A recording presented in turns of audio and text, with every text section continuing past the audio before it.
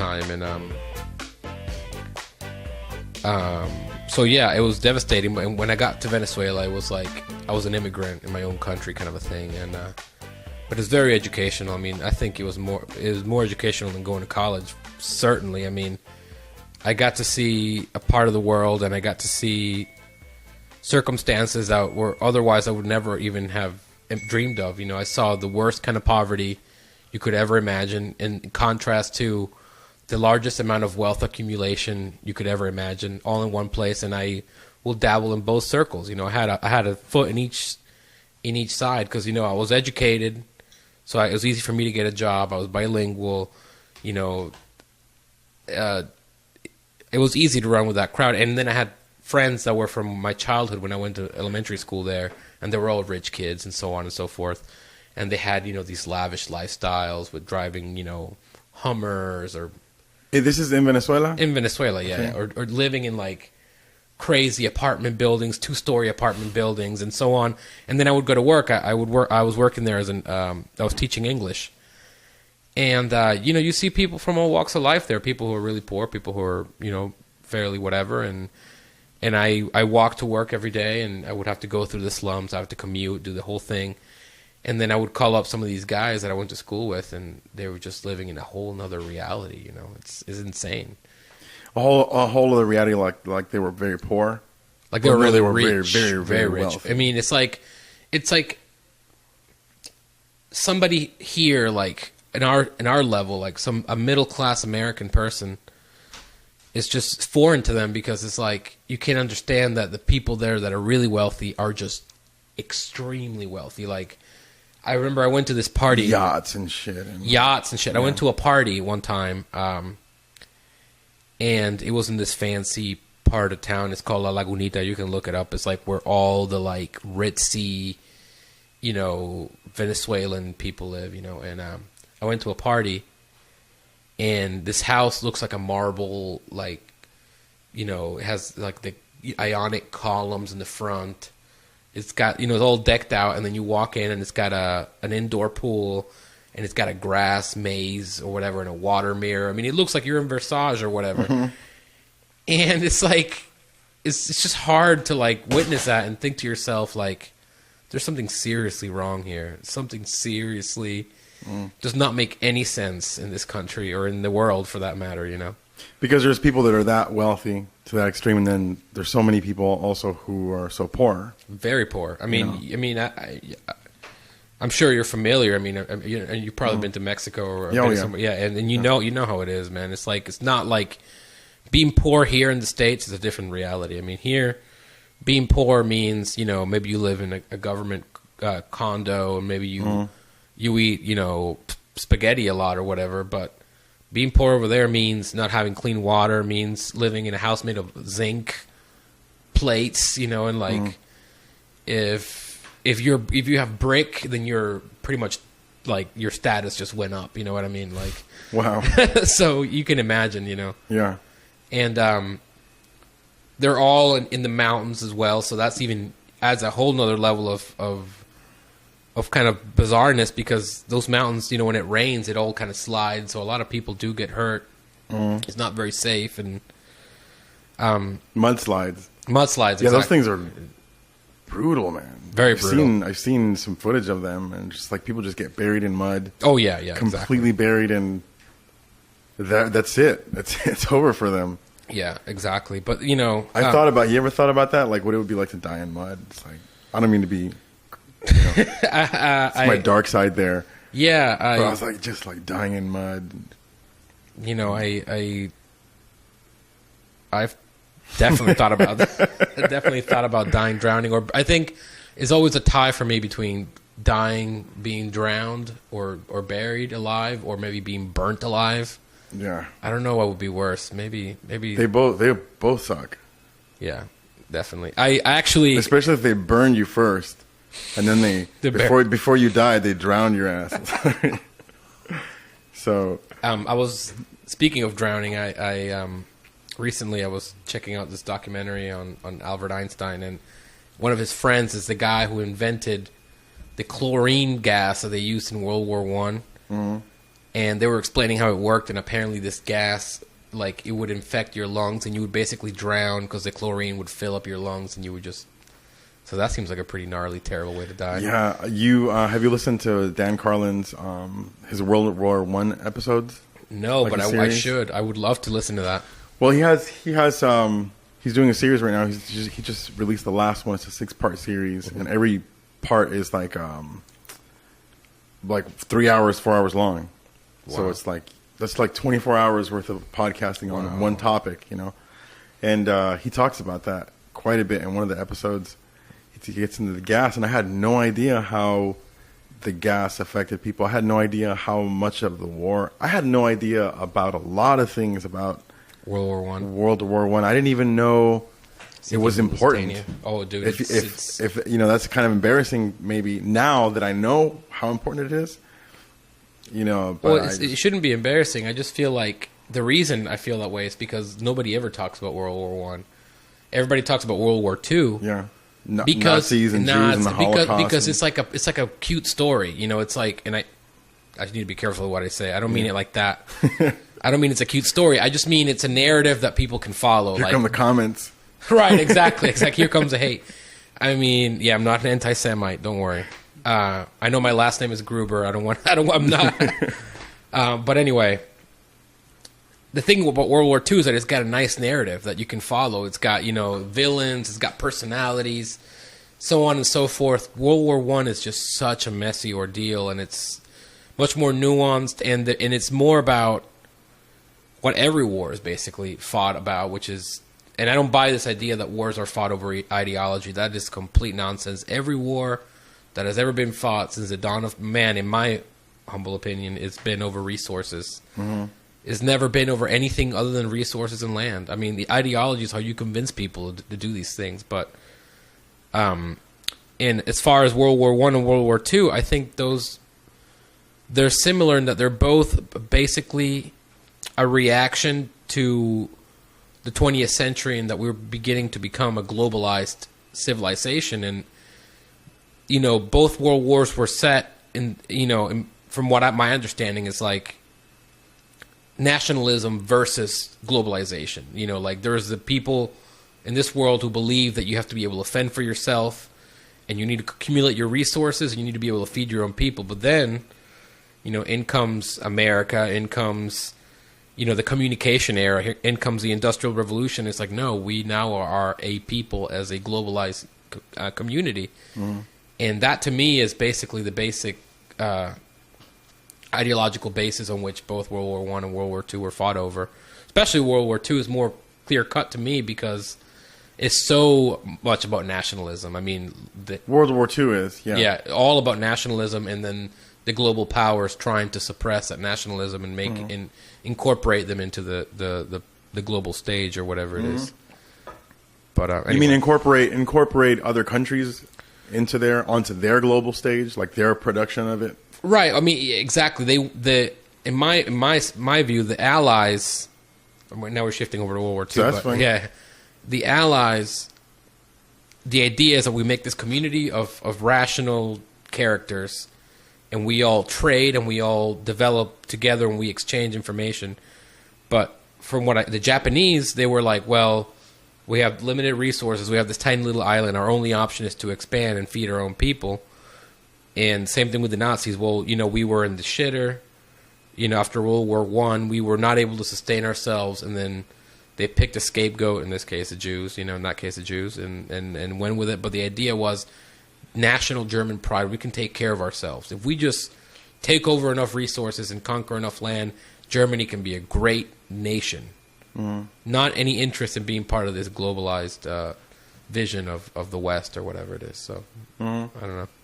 I mean, World War II, I've studied it on the surface, and it used to be that I knew more about World War II than I knew about World War I. But now I know more about World War I than I know about World War II.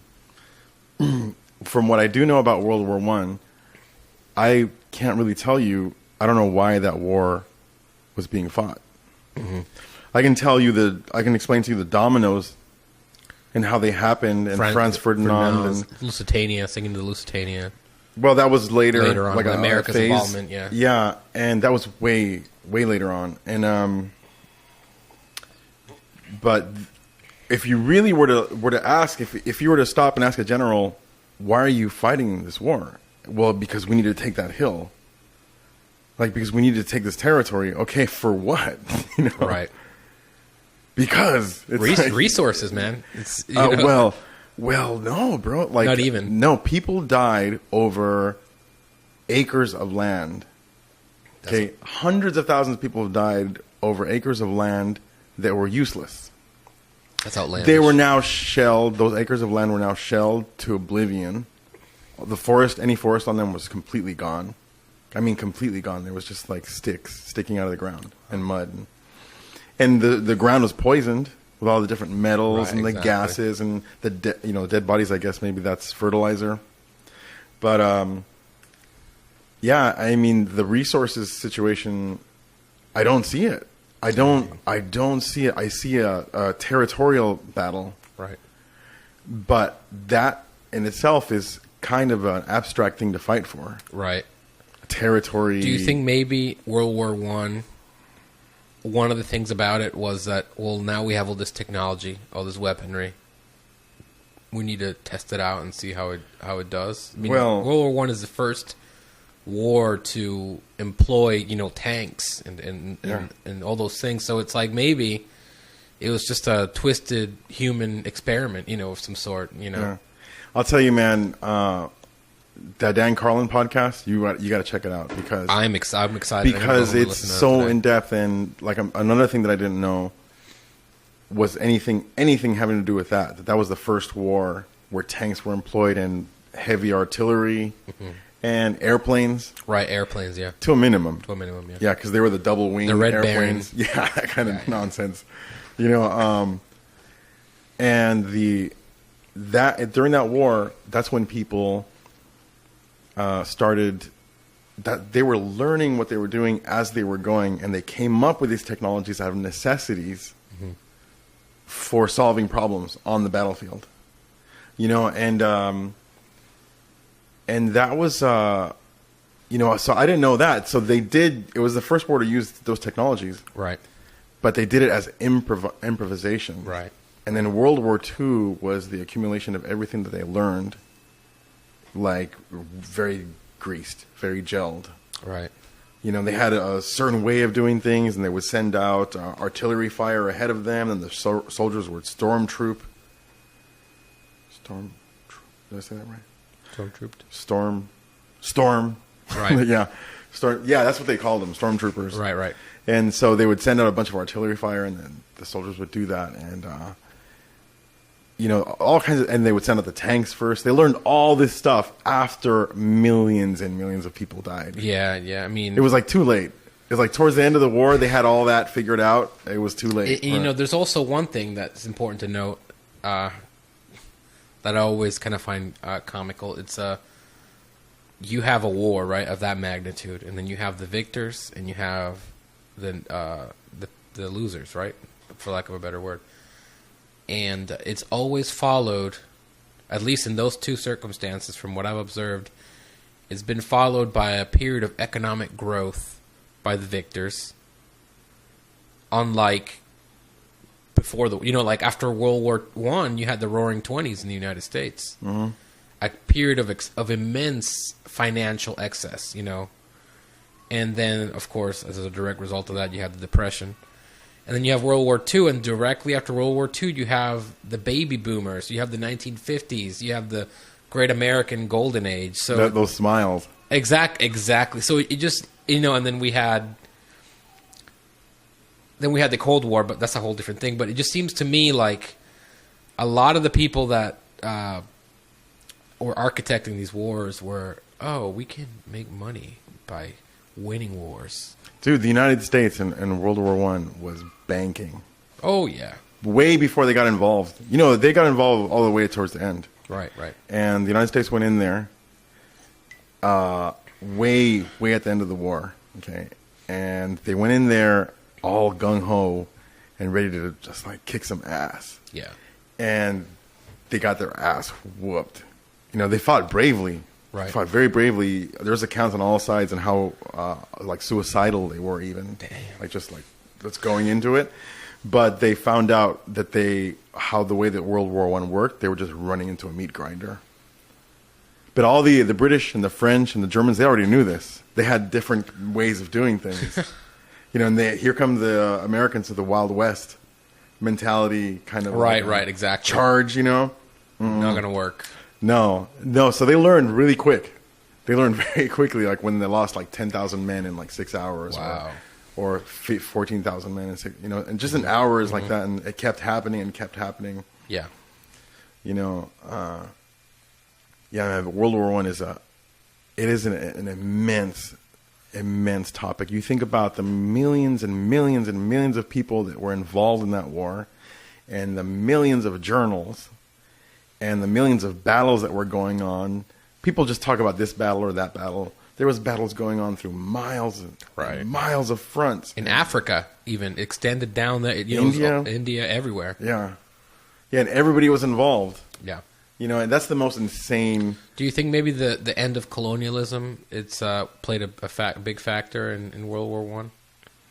The end of colonialism, like European colonialism. Like I feel like before World War One, England still had held territories and the sun never sets on the English Empire whole thing. Right. I think.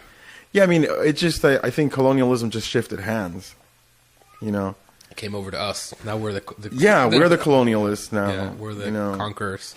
Yeah, and that I guess that doesn't end because Alexander the Great did it and Genghis Khan did it in a way, even though they were nomads. Right. The Mongols are an amazing. That's like a whole. That's very worth studying, actually. Yeah, you gotta check out the shows on the Mongols too. He's got a show on that. He's got a show on the Wrath of the Khans. Wow. And Wrath of the Khans and the Huns. And I don't remember the title of the Huns show. Wow, man! But you got to check it out. I got to listen to some more Dan Carlin podcasts. That's amazing. How did we get into talking about World War I? We were talking about Venezuela. Venezuela, right? We were talking about Venezuela, but something you were telling me earlier when you were telling me how you grew up, that you grew up in a more wealthier family than other people in Venezuela, and there's a lot of poverty there. Mm-hmm. And then that you met and you went to school with people who had such immense wealth, like yachts and and these big houses on the river, maybe next to that waterfall, next to that beautiful Venezuelan waterfall. Exactly. They own the waterfall. No, they own the waterfall. Yeah, it's madness. And so does that give you? What kind of perspectives does that give you on society here? Like the way that society works in the United States. So our poverty level is the best in the country, so to speak. If you want to be poor, you want to be poor in the United States. I mean, the best in the world, right? But I don't know if it is really. It's not. And that's another issue. I feel like, and I've talked about this extensively with a couple of my friends. Poverty in the United States, it's not. It's very. There's different degrees of it, and it's more intricate. It's more complex. Poverty in South America is very black and white. It can be. I mean, I'm weary of making these statements because they're just basically just my point of view, and I don't even know if that's an accurate description of it. I can't. But that's why you're here. Because I think you have a dope point of view. Well, thank you. I mean, it just seems to me that it's more black and white. There you can see poverty, and you can experience it in a way that it's impactful, in a gut level and almost superficial. You can see it, you can feel it, you can like you go and you see something really dire and like terrible, and your humanity just kind of like swells up and you like get choked up.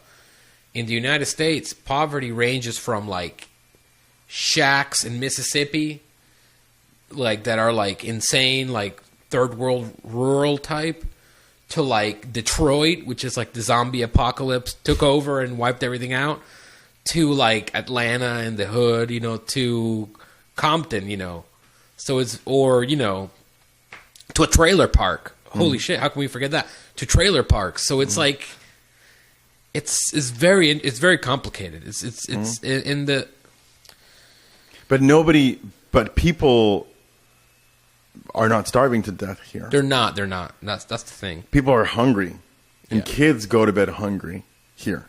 But they're not starving to death. Their bellies are not filling out. There's no, one thing that they do in Venezuela, and this is something that, because I grew up I had maids growing up, and this is it's terribly embarrassing. But like I told you, you're embarrassed of having maids. It's not your fault. It's not your fault. Right. I grew up with maids in Venezuela. Like I said, I was in a relatively very wealthy family growing up, which, for the record, my family. This goes out to anybody out there. My family, if you think that money makes you happy, let me tell you something. My family disintegrated. The foundation of my family was built on that wealth, and now the family is completely disintegrated. So that wealth is worthless. Wow. Fucking A, man. Yeah, exactly. Yeah. Completely disintegrated. I mean, all that matters, really, for me, is community, really, and the money that you have belongs to your community. It doesn't belong to you. That bill in your pocket is meant to be spent in your community, and it comes back around to you. The more time Walmart's not going to agree with you. Oh man, I could think of so many people that would disagree with you right now. Libertarians and get the fuck. I can do whatever I want with my money, however I want to do with my money. Well, it doesn't matter. I'm moving to my own island. Like, tell them this: like, if a bill is circulated 100 times in a community, that's a sign of wealth. That's a sign of progress. That's a sign that the community is invested on itself. That means that people believe in each other, and that's the foundation of a good economy. Faith, having faith in that what you're doing is actually fruitful, and if you don't have that, if you don't believe in the wealth of your community, I mean, and that to me is the problem that I see in the United States as far as poverty, as far as minorities go. Is that I feel like we're still, people say that Jim Crow is over, people say that we have a black president, racism is over, blah, blah, blah, but it's like segregation is over, but it's not. There's still the other side of the train tracks. Like, if you there's neighborhoods that are all black, and then you go over the train tracks and it's all white, and there's no crossover, there's no integration to be heard of at all. And especially here in the South. Especially, you can see it. It's very visible. Very visible. I mean, go to Stockton, go to Bold Bean, and then drive past the tracks, and then you got a different narrative. Yeah. So that to me is those communities. People say, well, they're entitled. They just don't want to work. They just want to be on food stamps and blah blah blah, and they just they need to get. And the people you're talking about watch Fox News. Not even. I'm just kidding. No, the Fox News people are very obvious. For sure. Yeah. But I've met people who are quite liberal in certain things, and they still feel like they're lazy, whatever. But the reality is that there is no sense of community. There's no ownership of the community. There's no investment there's no education that is really bringing people, empowering people. There's a sense that you got to make it out of the ghetto instead of let's make this place amazing. You know what I mean? There's no sense of it's because those people that don't have education, they got to pull themselves up by their bootstraps and get their own education. Oh yeah, pay for it yourself. Yeah, exactly. It's nonsense. It's madness, and it drives me crazy because I feel like we still very very much live. It's gotten better. I mean, and the growth has been exponential. I'm looking at this 5-year-old kid. Pull yourself up by your bootstraps. Stop being poor, damn it. Oh my God. It's insane. And this goes out to anybody out there who believes that. No one has ever succeeded on their own. No one. This I'm my own man, self-made man, bull fucking shit. Sorry for my language. No, it's right. Everybody needs help. Everybody has had that opportunity. Everybody, depending on your degree of luck or your serendipity or whatever, or the people that you've moved along the way, you're going to receive that help. And that's the only way you're ever going to succeed. Yeah. This idea that, I went to college and I made the right handshakes and I'm awesome and I'm worth this much money because I'm exceptional, that's crap. You don't know anything. Yeah. You're just an insignificant as anybody. Yeah. And those situations where somebody has actually persevered through poverty and whatnot, and has become something great autonomously, like for the most part. Like their work, you can attribute it, a lot of it directly to them. Right. It's really hard to think of cases like that. They're out there, but it's really hard to think of cases like that because they're so rare. Right. And then people like to pretend like that it happens every day. Oh, exactly. You see what I'm saying? So you do have a case like that, and they're like, well, this happened to that person or this person. And, you know, most of the time, if you look at those people who are very wealthy, they had ties to money. or relationships with certain situations, because I've always considered myself intelligent enough for many years now, for 20 years, for 25 years now, intelligent enough to where if you put me in a situation with money, let's say you gave me $1 million, I would probably never not be a millionaire ever again. Right. Because I would, well, first of all, you have so many chances to invest when you have a certain amount of money.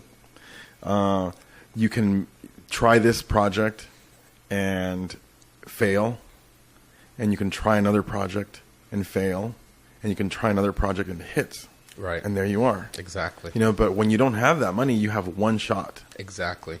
And you have 20 years to build up that money. Exactly. And then you have 20 more years of drinking after that shit did not work out and your wife left you and you left the house. Right. You know. So the moral of the story is don't drink. The moral of the story is drink right now. Right now, right. Start drinking right now. No, and you know, so it's something that people are talking about a lot. Society, the way that society works, the systems in society, and what you said, that you're interested in community, is something very similar to. I've never asked you about this before. Something very similar to how I feel about things, and my wife feels about things, and her friends feel about things, and other friends of mine feel about things, and they are. It's peculiar because there's so many people who have that type of mindset. And there probably has been since the 60s, maybe. I don't know. Maybe. I mean, yeah, who knows? And but there's a lot that I meet now, and still that strong arm of the ignorant and powerful, and I'm not saying that they necessarily have to be ignorant, but in many of those cases where this ignorant, powerful, ignorant people, you know, are ignorant people in positions of powerful, whatever.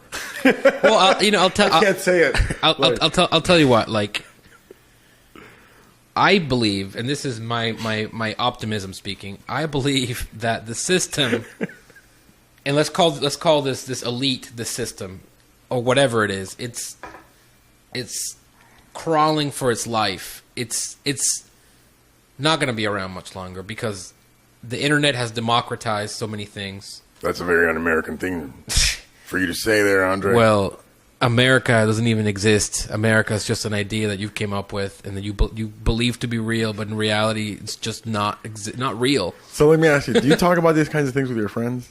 Do you talk about these things like your buddies? I do, but it's always heated. You know, it's fun. Oh, it's heated? It's heated? Oh, really? Do you talk about it with white friends? Absolutely. Yeah? And I come to find that, well, a lot of my friends are in the same, you know, I went to art school, so we're all pretty progressive bunch, you know, and I'm very fortunate that the dialogue that we have amongst ourselves is very, is a bit of growth, you know, like I've learned so much from these individuals, and I feel like, you know, I've been able to contribute some of that as well, and again, I go back to community. Mm-hmm. That's the beauty of it. We've been a group of people being able to enrich one another, and that's why I've mentioned to you earlier the Old Time Jam, which I'm going to plug right now. But there's some white people there. Some white people, yeah. Well, and you know that's a funny story because that music is black music. Mm-hmm. The story of that music. And that is really my passion in life. Talking the story of American music, which is a different topic, and it's not what I was getting at. But we'll talk about it later. This is something that I am very passionate about, and it's actually part of my act. Yeah. So you're an ethnomusicologist. I guess I guess I don't have a degree in it, but it's something that I no. But I'm saying you don't have to have a degree. Yeah, in it. I'm very passionate about it. And, I'm a sociologist. Right, exactly. Yeah. And an ethnomusicologist. Right. Yeah. And it's sort of when I went to South America. I'm gonna go off on a tangent here. When I went to South America, I got into classical guitar and I got into Latin American music, and that got me interested in roots music and folkloric music. And when I started playing music here in the States, I was really into folk music and acoustic music. And and then I would hang out. I hung out a lot with jazz musicians. A lot of my friends were in the jazz program in the art school that I went to, so I was always interested in that world. And then I was always in the roots world. So like those two worlds share the same soil. You know, they all are part of a narrative, and that narrative is the story or the dance between black African culture and white American Anglo-Saxon culture. And that's been, to me, the beautiful dance that has given birth to American popular culture, meaning, you know, everything from talk shows to the music we listen to. It's all rooted in that, in black, you know, Southern slavery and white assimilation of that culture or interpretation of that culture. But anyway, what was I talking? The old time jam and community. The reason I am very proud to be part of that movement is because, you know, it started out with a couple of us and this guy, Nathan, he's a great fiddle player and mandolin player who kind of brought the music to us. And my wife, you know, she plays the fiddle, and she grew up in a fiddle family. They all played bluegrass and folkloric music. But the reason I'm fond of the old time jam is because there's been people that have stumbled into the jam, right? And they've never thought about playing music, or they've always wanted to, and they've never really thought that it's something that they could do. They never thought that you could just play music. That's just so foreign to people these days. And they've come in, they've enjoyed it, and they go home and they buy a banjo, a cheap banjo, or a cheap guitar, or find something on Craigslist and bring it to the jam. And we have an open jam Tuesdays at Rain Dogs. Tuesdays at Rain Dogs. In 5 Points, yeah. In 5 Points. In the evening, and at night. At night, yeah. It starts at 7 o'clock and it goes on all night. And it's people have walked in there and they bring their instrument and it's an open jam. You sit in and you might not know anything at first, and then you start coming. And I've seen this. This happened to several members of the band, of the jam. They develop a repertoire because you jam the same songs and the same kind of stuff every weekend. Without knowing it, you sort of play and hang out, and suddenly you start learning these melodies, you start learning this music, you get into it. And next thing you know, you're a professional musician. You're gigging. You're out there. You're doing it. You're living out an artistic endeavor, you know. And that to me is a beautiful thing. No matter what it is, it's not necessarily an old time thing. That's just an example. But the fact that this group has been able to, because you know the arts are not going to come to you. You have to go to the arts. That's badass. Yeah. And the fact that this is something that has brought the arts into the community, and people can actually tap into it, and like I have, because I was very ignorant about old time music, and that was the lineage between the jazz musicians and the folkloric musicians and the white musicians. Old time music is the original melting pot music. It's like it has its roots in Irish music, and it has its roots in African music, and a lot of it was developed before the Civil War and after, and people oftentimes associate the banjo with white people, you know, or with white music, but the banjo is an African instrument. The banjo, all instruments are African. Oh yeah, obviously. North African, Central African, South African. The bagpipe, exactly. The freaking stomach, right? Exactly. Of some goat exactly. or something, you know. But the banjo was actually brought by the slaves as a gourd drone instrument, and they have this technique called they call it, like, I believe it's like juba, which evolved into like claw hammer technique, and it's this sort of a frailing banjo technique. I wish I had brought a banjo so I could show you. So the Brazilians have a banjo too. Yeah, in Brazil. Yeah. And you know, I've hung out in Oakland, and there's a huge black community in Oakland, And in Oakland, I heard things about old time music that doesn't get discussed over here. And I asked somebody about it one time, and they looked at me like I was crazy. But I ran into it over there several times. You know, Okay. They were saying that old time music, or that kind of music, started off as a music that was actually racist. Oh, It was made. That's the part I was getting to. It's a lot of the repertoire in old time music comes from minstrel shows. And for those people who don't know, minstrel show, it's I wrote an article for it in my magazine. And you can check it out online, lustdatemagazine.com, on the 3rd issue. And the 6th issue, we reprinted it for Black History Month. And blackface entertainment was basically the original, most binding form of American entertainment across the country. It was like the original Saturday Night Live. Like, these shows would travel across the country, and it was a form of broadcast. You know, like, people in the next town over would know the same jokes you knew because you both went to the same minstrel show. Mm-hmm. And minstrelsy has its roots, of course, in pre-Renaissance England. You know, like the jester in the court. You know, the king's court. And after feudalism ended, and sort of you had England as a thing, a lot of jesters were out of work because they no longer had courts to be in with the king. Yeah. So they would travel around, and they were traveling minstrels, performers, you know, and they would go from town to town with their lutes or whatever, or harps, and perform. And it was always like kind of goofy and slapsticky and self-deprecating kind of stuff. And that tradition kind of came over to America with immigration, with the immigrants, you know. But the way it morphed into American culture was white entertainers blacking up, like putting paint on their face and acting out sort of cliches or stereotypes of the slave way of life, you know, like and whether I'm thinking of those crows in the cartoons. Well, read that, yeah, exactly, exactly. And there's different characters, and these characters are alive today. And I'll give you an example. Like, there's a character called Jim Crow, right? And Jim Crow is the carefree, sleeping on the noonday sun, you know, lazy black person. And he's carefree and you know, sees his troubles always with a smile type of thing. So that's one of the stereotypes that was created in the minstrel show.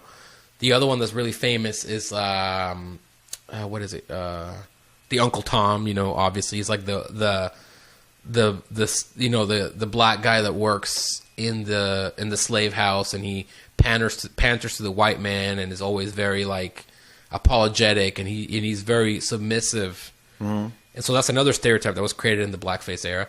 Mm-hmm. Then one that's, you know, the idea of the MC, the master of ceremonies, that comes from the black church, the actual preacher, and that was all. And then that got put into the minstrel show as the guy who would, and usually would be a white slave, a white master that would introduce these characters, and he would antagonize all these characters. It was like a crazy thing, and a lot of the old time repertoire came from white players taking this banjo music that they heard the slaves play and adapting it into their own thing. And see what you just talked about. Well, I didn't know 90% of what you talked about right now. That's great stuff. And what you talked about is this is things that people don't talk about. Yeah. Like and this is part of the reason that I'm doing this. Like, we're doing this because I need some echo coming back. Right. Because I talk about a lot of regular things, normal things, whatever, but there's these, like, let's say, I don't know, just to put out a number out there, there's like these 20 things that are in my mind recurringly. Okay. And I want to talk about them, but nobody around here wants to talk about this side of that. Or this side of that. It's because it's hard to admit that the foundation of all that culture you love, all those songs, all those movies, the Conan O'Brien show, all these beautiful cultural things that you're so proud of to be, you know, America exports its great media to the world. It has its roots in racism. It has its roots in that very, very intricate dance between white people misunderstanding black culture and black people being a people of resilience and creativity and inventiveness. Because, you know, in my opinion, struggles create great art, you know, and what's a greater struggle than slavery? Yeah. So, and the outcome of that was, to me, the most sophisticated culture to come out of the United States, which is black culture, even to this day, but especially in from the 1920s on. Black culture gave the West new music that otherwise it wouldn't have. I mean, before black, the black element was introduced into Western music, you know, these classical guys were scratching their heads on what was going to be the next thing, you know. Yeah. And, you know, then we have somebody like Louis Armstrong come along, who in my opinion is the American Bach. You know, and he basically is a product of all the music that came before him, the spirituals, the blues, the minstrel shows, the brass bands, because after the Civil War there was an overstock of drums and brass, and so that was kind of like the blossoming of the marching band, you know, the black marching bands. Also the ragtime musicians, who were Creoles, who were half black, half white. And so they were educated, so they knew about classical music. Yeah. So they created this new sound called ragtime, which is taking the African music but blending it with classical music. And then you have the New Orleans music, and, you know, and then you have the Mississippi blues. You know, so much stuff. The fact that these things have roots in this type of thing, like the slavery and racism, it doesn't equate. It doesn't mean that that's what they are today. Well, yeah, exactly. But what's dangerous is, like, when you have a character like the donkey from Shrek, or you have, you know, Eddie Murphy dressed up in a dress, you have to think to yourself, this is not new. What does this mean? Why is every black person in media some sort of token or some sort of minstrel or some sort of stereotype that was created 100 years ago? Yeah, black people are very aware of that, man. All day long, they're aware of that. Yeah. Yeah, and this is another peculiar thing, is because there's so many black people, and so many black people are aware of this, yet it doesn't stop. Like, we're talking about community. There's so many people who want a certain kind of life. Like, people are, the idea that having turf grass as something to do and occupy your time is becoming more unpopular right now. But it takes so long for somebody to be able to accept that you're going to have a bunch of kale growing on your lawn, or carrots and corn, basil, you know, just whatever. Just because visually people are not accepting of it, or it's just not the norm, you know. And that means, I just heard Neil deGrasse Tyson say something recently. He said that, a loose quote is, he said that his judgment of intelligence, a pretty good judgment of measure of intelligence, is how do you adapt to new information that you receive of what you need to do. Yeah. You know, so our society doesn't adapt very well. No. At all. You know, maybe other societies in other parts of the world. I haven't traveled the world, you know, but it seems that other places, certain places are a little faster with adapting, like maybe Japan for some time, and maybe the Scandinavian countries, I suspect. Well, if you look at Japan, for instance, and you compare it to us, I mean, though, and again, I've never been to Japan, and this is just a broad generalization. Forgive my ignorance, Japanese people. But from what it seems to me is that, you know, from what you get, or at least from what you get here in the West, is that they're very steeped in tradition. They're very aware of their roots, and they're very aware of why things turned out the way they did. I think in the States, a lot of people don't want to think about our roots or about our traditions, and because there is a very rich... There's a very dark area to it. Dark, exactly. Yeah, you have to, like, for example, the 50s being the heyday of America, there's a lot of stuff you have to ignore. The 50s were a terrible time. Of that. But I'm saying, if you look at the movies, everything was great. Leave It to Beaver, yeah. Yeah, exactly. If you look at the movies, hey, Dad. Yeah. Well, golly gee willikers. Yeah. It's like, yeah. Going to the malt shop. Yeah. You know, there's a whole section of society that is not, it's off camera. Right. You know, and, but yeah, so I guess people they don't want to look at that. They don't want to look at this whole other side that, yes, it is tainted. But see, I see that as a great opportunity. Yeah. To see things for what they are. Because, okay, so it's not what you thought it was, but now you can make it better, and you can make it. But you can't do that until you admit that you're an alcoholic, so to speak. Right. You know what I mean? Exactly. I'm not an alcoholic. I'm doing just fine. And it's so funny because kind of relating it to this, people going back to the minstrel show thing. People talk about rock and roll. They stole it from the black man, and now white people play. It's like, dude, that's been going on. Like, if I told you that white people stole bluegrass from black people, you would be you wouldn't believe me. Mm-hmm. But that is the truth from these from black string bands. That's where this fucking bluegrass thing and the white banjo thing, that all comes from black musicians. It has a progression and it has an evolution, and then a white traceable to a degree, yeah, and then white assimilation, and then it becomes something else. Mm-hmm. So yeah, I mean that dance between black cultural innovation and the white assimilation of it, and thus watering it down or changing into something else, commercializing it, has been going on since minstrelsy, since blackface entertainment. But to be fair about that. No, fuck being fair. Well, I'm just kidding. Fair and balanced. I'm just kidding, man. To be fair, a lot of the Irish back in those days were a notch above the black slaves. The Irish were considered trash.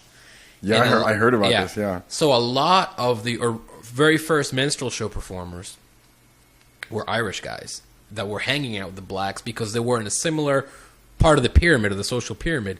So you could say that the blackface thing and all that and minstrelsy came out of maybe a fondness for black culture and because of the times, maybe they weren't able.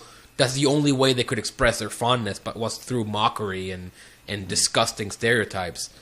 But you're a musician, and when musicians can be colorblind. If you can play, you can play. Mm. So maybe there was an exchange where Irish musicians were listening to the black musicians, and they were like, damn, I want to play like that. I want to learn that.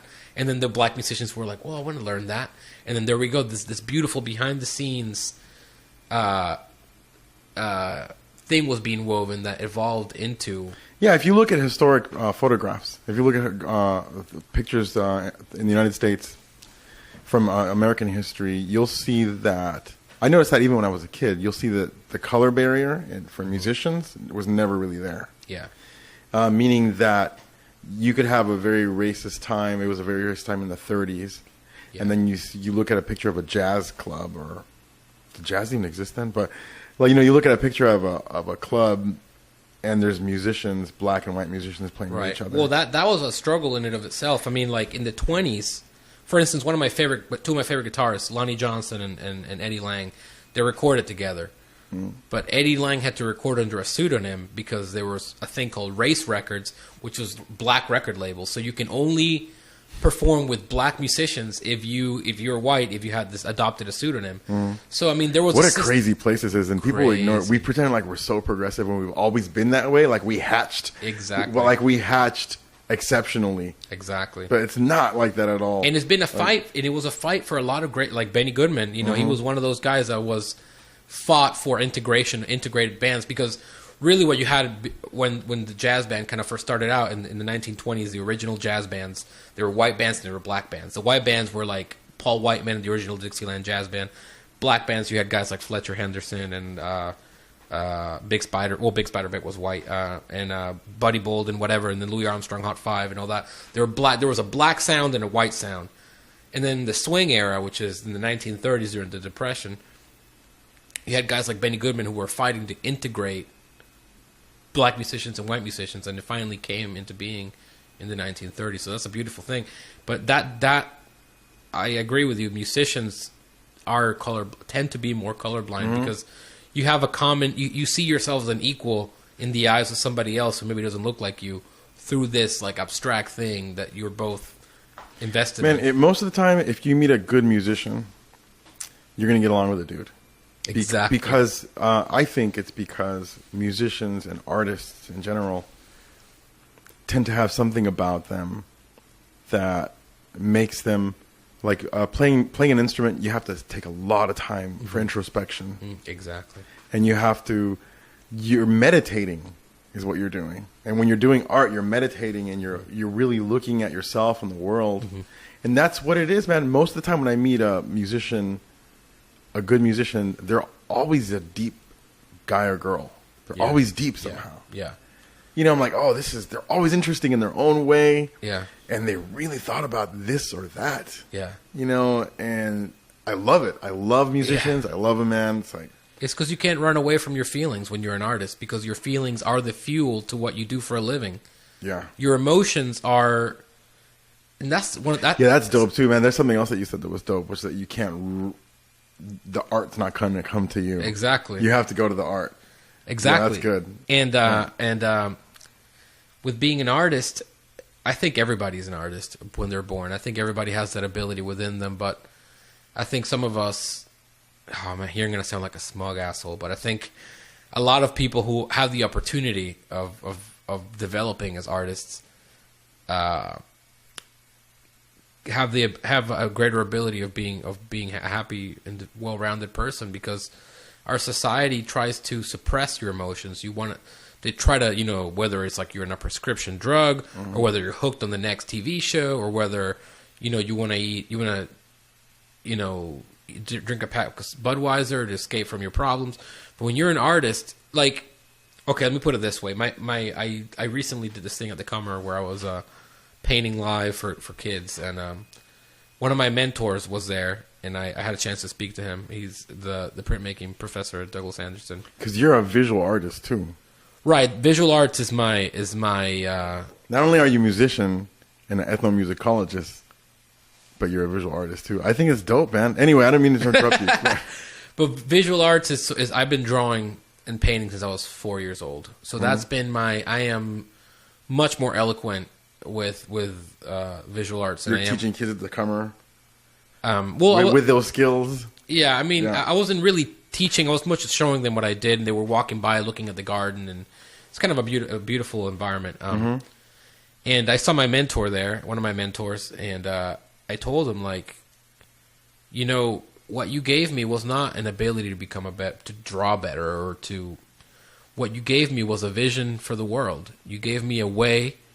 Being an artist has nothing to do with being able to draw, or being able to paint, or being able to play a guitar well, or being awesome. You know, that's not what being an artist is. A way of interpreting reality that is sensible, that you can see intention in everyday life. You know,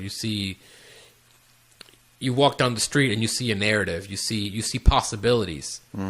Whereas people who suppressed those feelings don't see that. They see a tree and they just see a tree. They don't see, or you know, I stumble upon this a lot. I'll do an interpretation. I'll do a live drawing, and it won't be a realistic drawing. It'll just be my interpretation. And they're like, well, that's not the way the tree doesn't have those colors. The tree is brown. The tree is not red or blue, or doesn't have all that stuff. And it's like, well, you got to understand. You're drawing like a 2-year-old. Right, or whatever. Well, yeah, exactly. What you got to understand is that the duty of the artist is not to represent, because you have photographs that can do that. Photographs can do it much better than anyone could ever draw. The duty of the artist is to see the world, or express the world as he sees it. And art used to be, painting used to be necessary for photographs, for archiving, when there was no cameras. Right. And then when the cameras came, you don't need to do a portrait anymore. That's the birth of modern art right there. You know, and portraits are amazing, though, right? Amazing, like those oil portraits from the 17th century and they're just amazing. Yeah. Yeah, and but so the camera came along, and you don't need to do that anymore. So the artist is the artist. What did you say? The artist's you become thing is to interpret, or to basically, you are a vessel of ideas, and what you're giving people is that those ideas in a sensible way for them to appreciate and for them to enrich themselves in an emotional level, as opposed to, well, that's the difference to me between like what you would call art or what you wouldn't call art. Like if you want to put a definition on it, a lot of people say, well, how can you make this? How can you define art? Not art, right? Exactly. This is not art. It is exactly. What makes something art to me is the intention. Is not the way it looks or the way it's the way. It's the fact that the person that made it had an idea behind it. Now, caution. Most people think, well, I can never appreciate art because I'm not smart. I don't know about art. I can never appreciate it. And I tell these people, well, that's not true. That's what people want you to believe. Mm-hmm. That's what a lot of people would like you to believe, that you're not smart enough to appreciate the arts. And you have to know all this stuff. You have to be an intellectual. You have to know so and so. There's this criteria, right, to be into the arts. And I tell them, just look at something and just, however that makes you feel, that's what that is. It doesn't matter when it was made. It doesn't matter what the artist had in mind. That is irrelevant. He created it so that as a mirror for you to look at yourself the way that when he created it, he saw himself in it. But the intention of the artist is for you to see yourself in his work and to create your own narrative. So I tell people who say... To affect you somehow. Exactly. Yeah. So I tell people who don't get art to say, well, just go look at a painting or go experience any work of art, whether it's a sculpture, whether it's a great film, whatever. And just think to yourself, it doesn't matter what people want me to believe or people want me to feel, what I need to know. Just how does this make me feel? Does it make me angry? Does it move me? Does it make me laugh? Does it evoke any form of reaction? And if it does, then you've just appreciated art. Congratulations. Welcome to the club. You know, that's all it takes. All it takes is for you to allow yourself to be moved by either an image or a sound or whatever it is, you know. Yeah. People are suppressed emotionally in our society.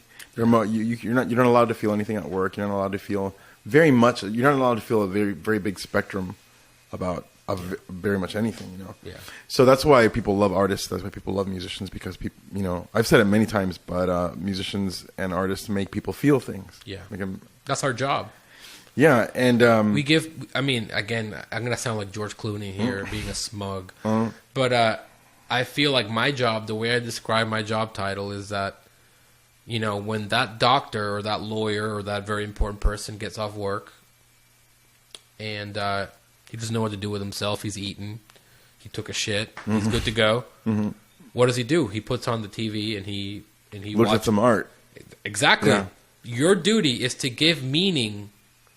The artist's duty to that day, or to your life in general. You know what made me understand the meaning of art? One of the things that made me understand the meaning of, like, the top two things, I don't know if it's number one or number two, but it was installation art. Oh, okay? That's great stuff. So I was in Los Angeles. Like I was maybe 19, 20 years old, and I'm hanging out in this district. Los Angeles, LA is huge, and I'm hanging out in this district near this toy factory off Soto, and at that time it was like a booming, like Soho-ish. Right. That's going to be the spot, and it's poor people around there. It's kind of desolate actually because it was industrial, and people were moving in there. Artists, it always seems to be the case. The artists move into this, in many cities, they move into this industrial part of town, right? And they convert it into lofts. Warehouse, yeah. So it was like that, and I was making fun of this piece of art, and it was trash in the corner, and I really thought it was trash in the corner. You know, I'm like, what is that? And some guy said to me something that triggered off a series of thoughts in me that I thought, wow, any art that anybody does, only they could have done that at that time, right? In that way, and it can never be reproduced. And then that made me aware of the fact that I'm kind of like a vacuum. My being is kind of like a vacuum. Like I don't really like saying it like this, but this is what it is. I'm a bunch of orifices. Right. I'm orifices of sound and orifices of light, and light is coming into my eyes, and sound waves are going into my ears. Right. Sound is coming out of my mouth, you know. Right. other orifices, You're upper eating, eggs. you know. But yeah, so I'm like this black hole, like, and I'm just sucking all this stuff in, you know. And there's no other being that can be right here in this position that I am, whether I'm solid or not. Exactly. You know, whether I'm made of matter or not. And then in that way, any art that anybody does is original. And it kind of like looking at things that way pushed me towards becoming more of an artist. Right, right. Because I realized that my position was valid because it's the only one. Exactly. You can only, the only person that can experience the world you do is you. Yeah. And so in order for me to think to myself, well, I'm not alone, or you know, for me to see the world the way you see it, the only way I can do it is through I'm listening. The way you communicate, which could be art, or it could be music, or it could be media, or whatever, you know, or it could be this podcast. These people out there in internet land are getting to know us a little bit.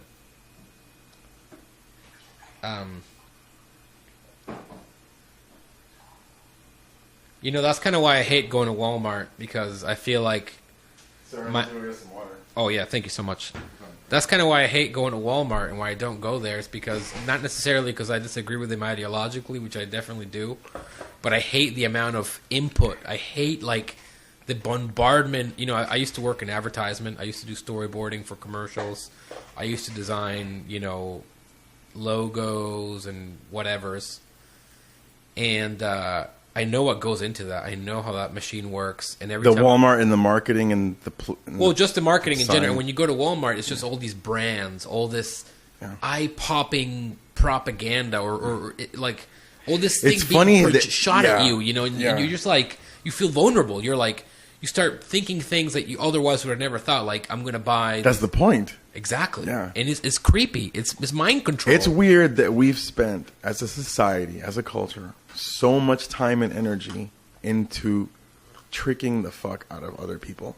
And that's capitalism. But I'm just saying, we're kind of a sick society. Like, I want a new one. Like, I want to be part of a culture that put all that energy into learning about things and learning about the truth and learning about a different way to live. Not, I'm totally going to do you over.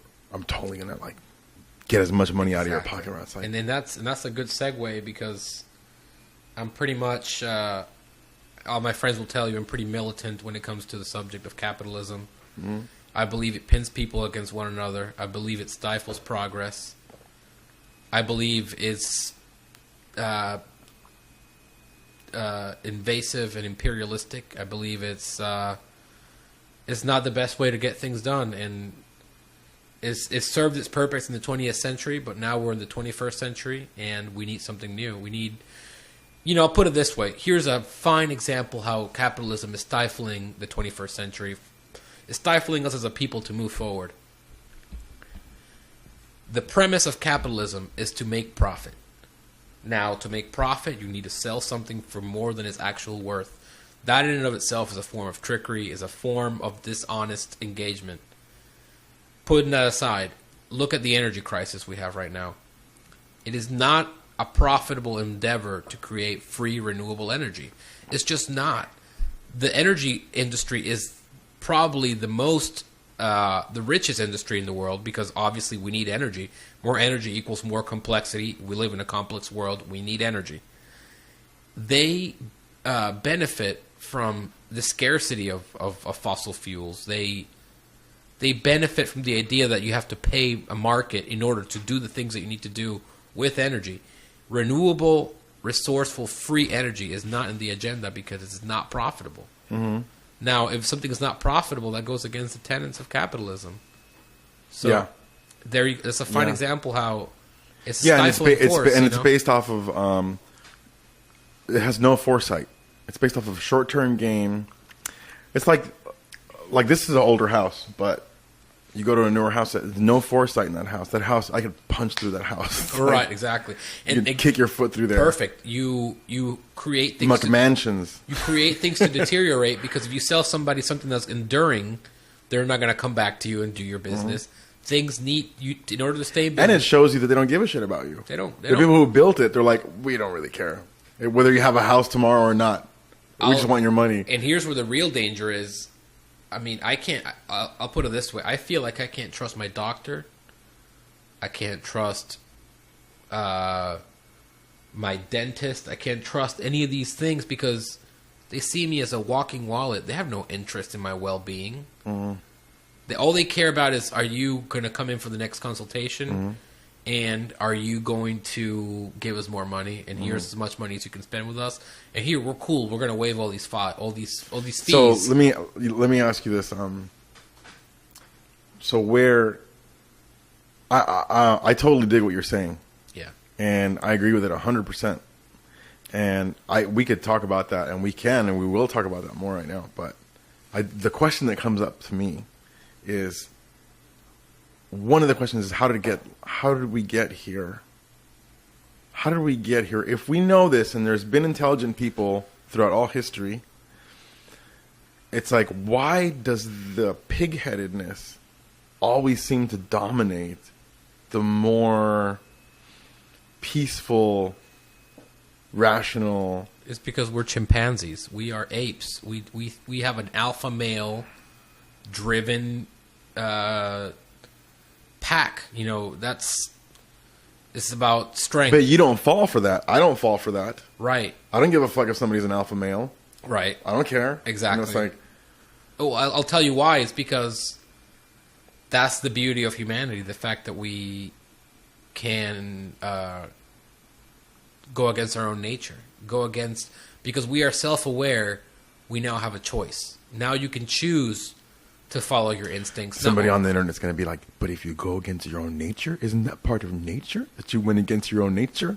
Ignore that. Well, it is though, and I would say you are correct. I would say, because I have this argument all the time. People say, well, and you know, you might. I'm progressive, but I'm also realistic. People say like, well, you know, we contaminated the world with plastic.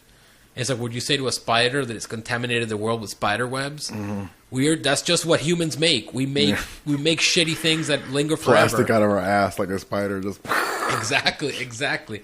And in a sense, that plastic is actually really successful because it's doing what every species strives to do during its lifetime, which is to have its existence mean something. That's why dogs pee on trees. That's why we have babies, because we want a legacy. We want to endure. Plastic endures, thus is probably the greatest byproduct by any species ever. Now, and that's human nature. That also is human nature.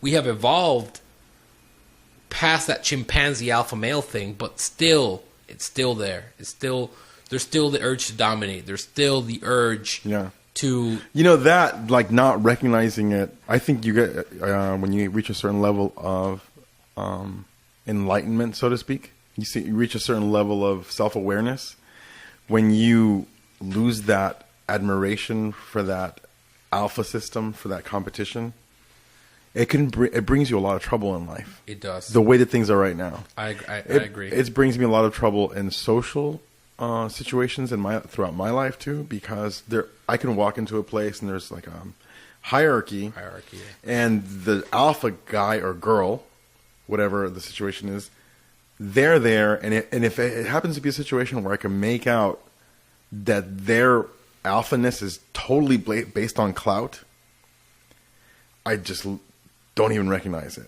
Right.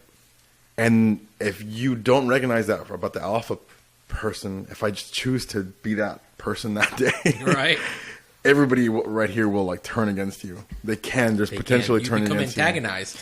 Because like I've been hanging out like in some spots here in Jacksonville, okay, and like I'll walk into a place, and I've seen this many times. I've lived here for 14 years.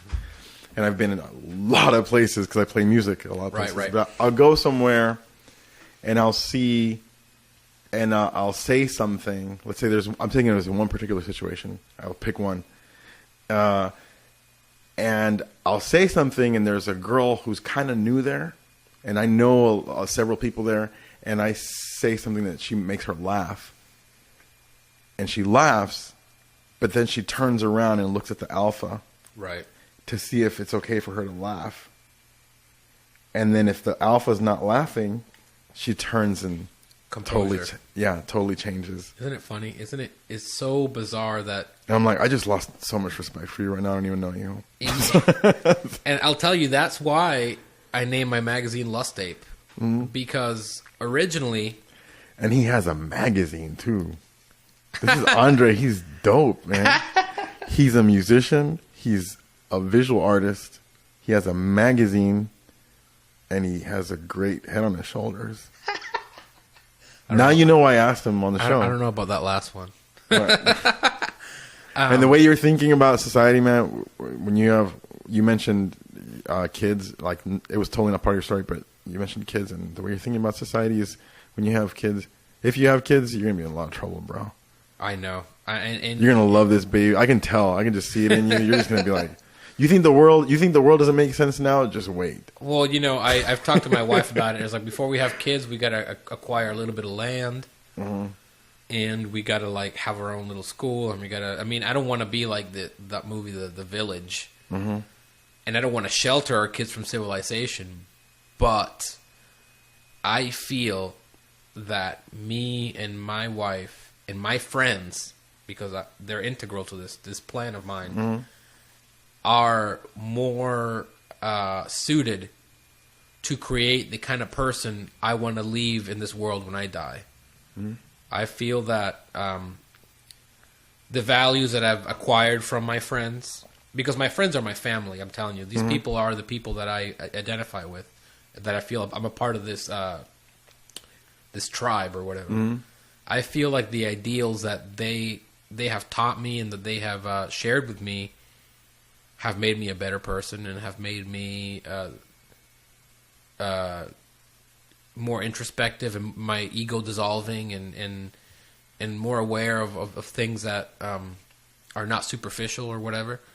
So when I have kids, I want to be able to not have complete control and shelter them, but I want them to experience that point of view and at least give them that option to live, to be a part of that, as opposed to just being given the mainstream, middle of the road public school, going to McDonald's to play in the ball pit kind of lifestyle that I personally grew up with, and it could have ruined me. It could have, if I had gone down the path that I was on before I went to Douglas Anderson School of the Arts, which is I can't thank that place enough. I would have been down a terrible path, because I'm telling you, like, I struggled growing up when I came to the States. I mean, I was a son of immigrants. I went from being really rich to being poor, overnight, to being an immigrant. I went from being a rich Venezuelan kid to being a poor American immigrant overnight, and at that time, I mean, I know this sounds awkward, but that's probably a really enriching experience. Absolutely. Yeah. Absolutely. And I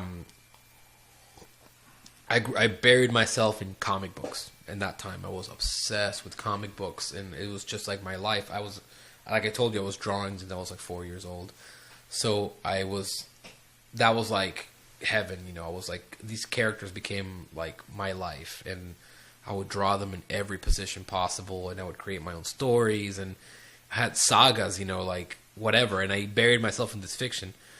But I was also like really fat and really lonely and really an outcast. Like I had no friends. I hated my stepfather at that time. I had a very ruptured relationship with my mom because she was my stepdad and at the time. And I was very alone, and I was in this kind of dark place. And if I had gone down a path that was mainstream and superficial and with expectations and crazy things, I feel like I would have imploded. I would not have been able to survive or make it.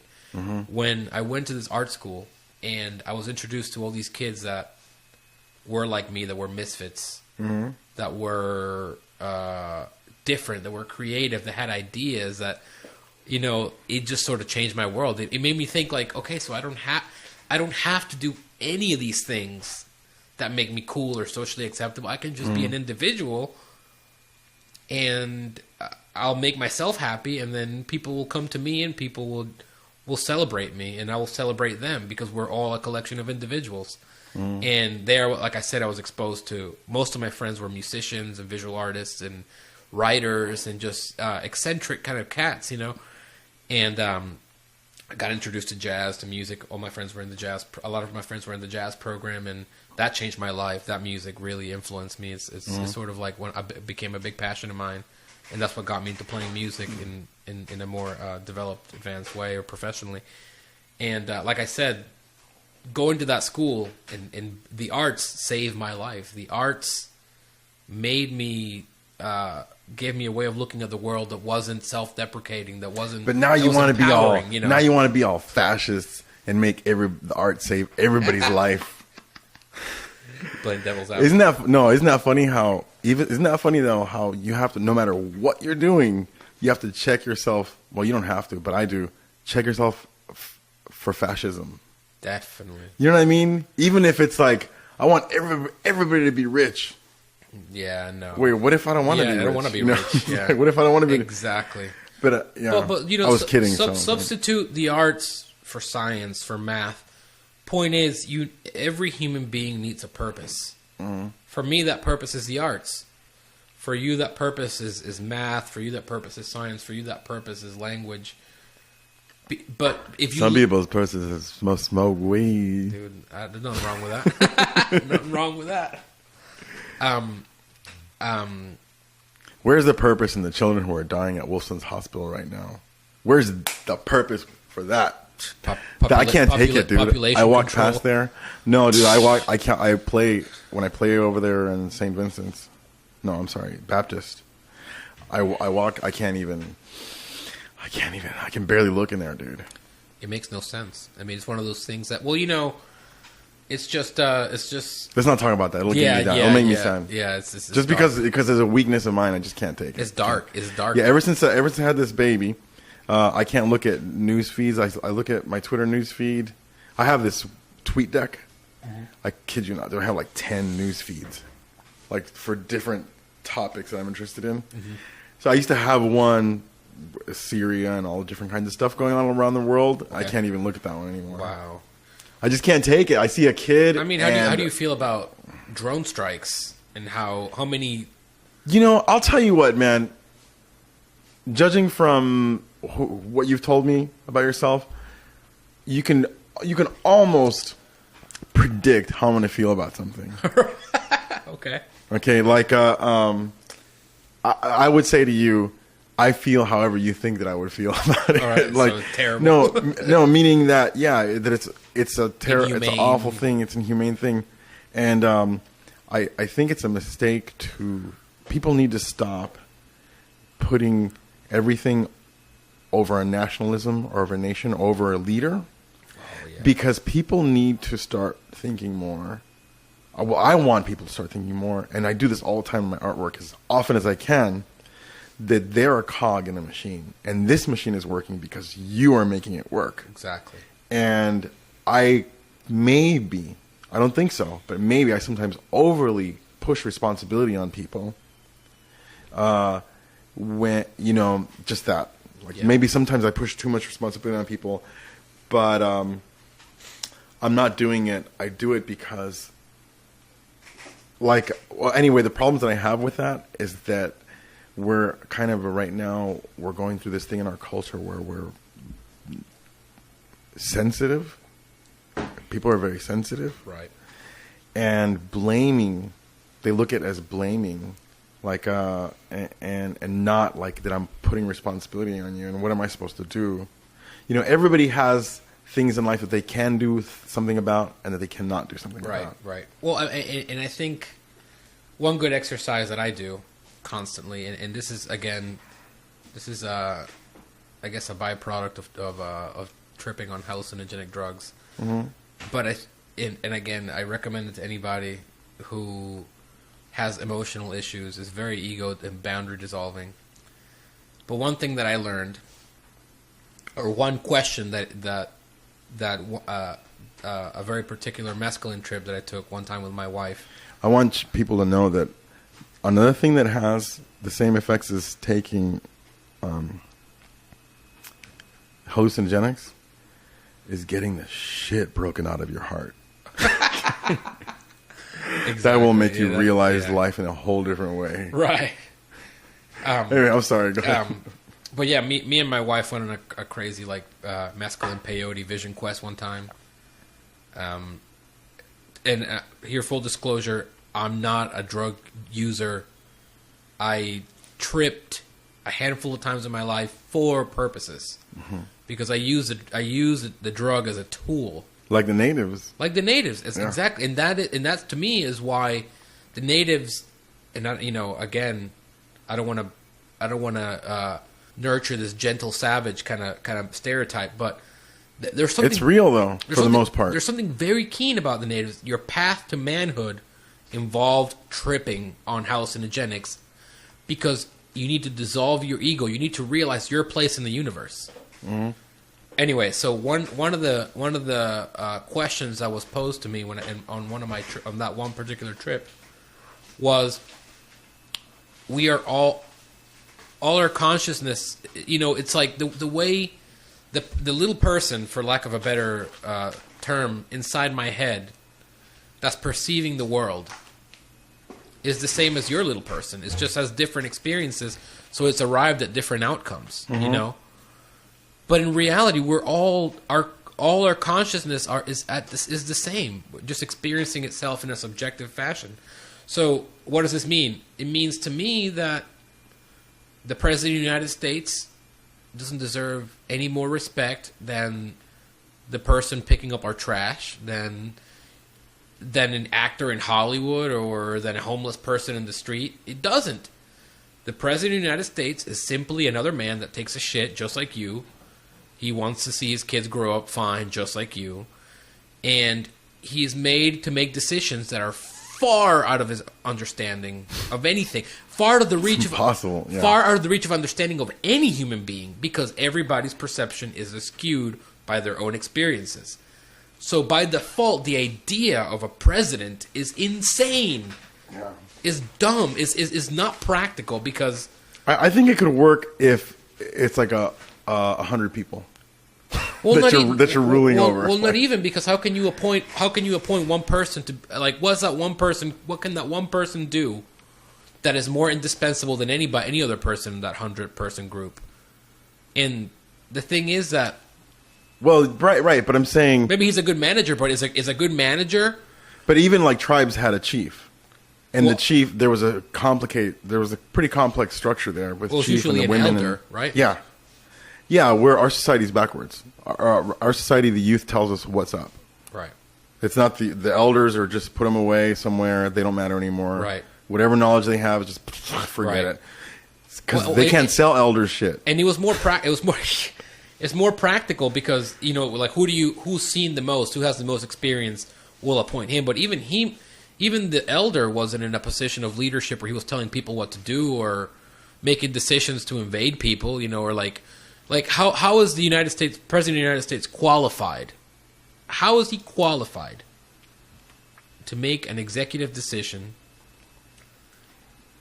or based on a judgment call that would be the lives of children in Pakistan versus the lives of children in the United States? How can you make that decision? I mean, are you saying that better them than us? So muscles. So here it's about force. Exactly. So here is the true sign of wisdom.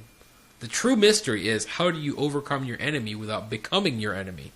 Mm-hmm. And I think that is something that is muscles. Don't give a fuck. Just fuck them up. Just kill them. Better kill the Muslim kids than the Christian kids. No, really. Philosophically, and in my heart, I agree with you, what you're saying. Like, the question that you're bringing up is like, what kind of authority does that person have? Who are you to do that? Like, make these kinds of decisions. And, but, one day I thought, my weak conclusion, I'm not married to the idea, but I thought that violence wins everything. Dang, and I thought that the United States and England figured that out. Yeah. And once you figure out once you take a bite of that apple, once you figure that out, you can exploit that for other people's, with their tribes or whatever you're trying to do, because violence always wins. I will always heed to violence, like if it's the right one. Dang. Like Well, like you mean like in the sense that like if somebody robs you and they have a gun, you're not going to try to stop them. You're going to let the act of violence overcome. Well, what I mean is you can mathematically equate violence, like you cannot do with philanthropy, and you cannot do it with other types of methods. Right. Because you could say, if I put this much force into this, it might not happen exactly how you want it to. Exactly. And it's unfortunate that it's true. But I'll tell you the counter to that is that I want one. Here's the counter. I'll tell you one, and it's a beautiful thing.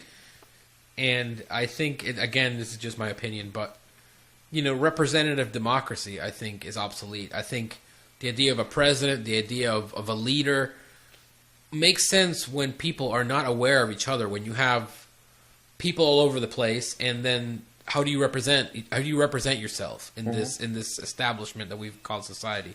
You need to appoint somebody to represent you in this place, and then ultimately appoint somebody to represent the entire state, right? The entire country. But now we have the power of the internet where you can represent yourself. Mm-hmm. You have a voice, and now you can get people to help you with whatever your point of view is. So, and it's almost like an automatic democracy that's unspoken, because it's like, I'll help you with your cause, and you'll take leadership in your cause. Mm-hmm. And then when I need something, then when you need something, then you take leadership on your cause, and I'll help you.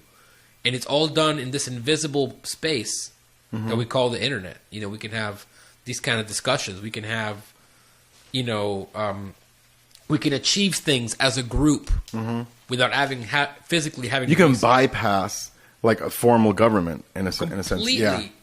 Completely. So now, no matter their jobs are being automated, and so to speak. Like exactly, and no matter how much violence.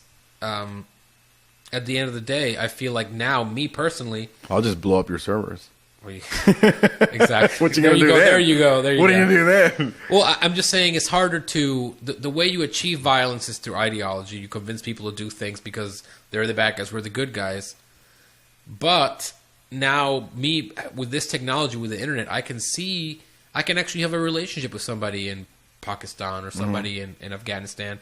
Well, you're aware of their experience now. You can actually witness it. You can get it from them, and so now it's harder for them to convince you to do something. Oh violent. Yeah, I love that part of it. Yeah. I love that part of the internet, man. But it's like we were talking about World War I earlier, and education as well. Sorry, I don't mean to cut you off. That's all right. One last point: the fact that I'm a completely self-taught musician. And my only formal art education was going to the art magnet school. But my professional development has all been done through studying through the internet. I mean, I'll put it this way. People say, well, you need a teacher, you need a mentor. I have mentors. I have relationships with my mentors, but they are different. I experience that relationship through their work. Like, for instance, I'll study Louis Armstrong. He's a mentor of mine. I'm experiencing his teachings through his work. Mm-hmm. Yeah, and I'm engaged. Dope, yeah. I'm engaged, and it's all because of this technology is giving me the Library of Alexandria before me, and I have access to it all. Mm-hmm. I can access lectures all over the world, and I can actually have a relationship with these professors, even though they don't know me. Yeah. Through their words, and I can follow their careers. Neil deGrasse Tyson, like you mentioned, he's one of my mentors. I think he's one of the most important men in America right now. Because he's actually educating people in a way that they can understand.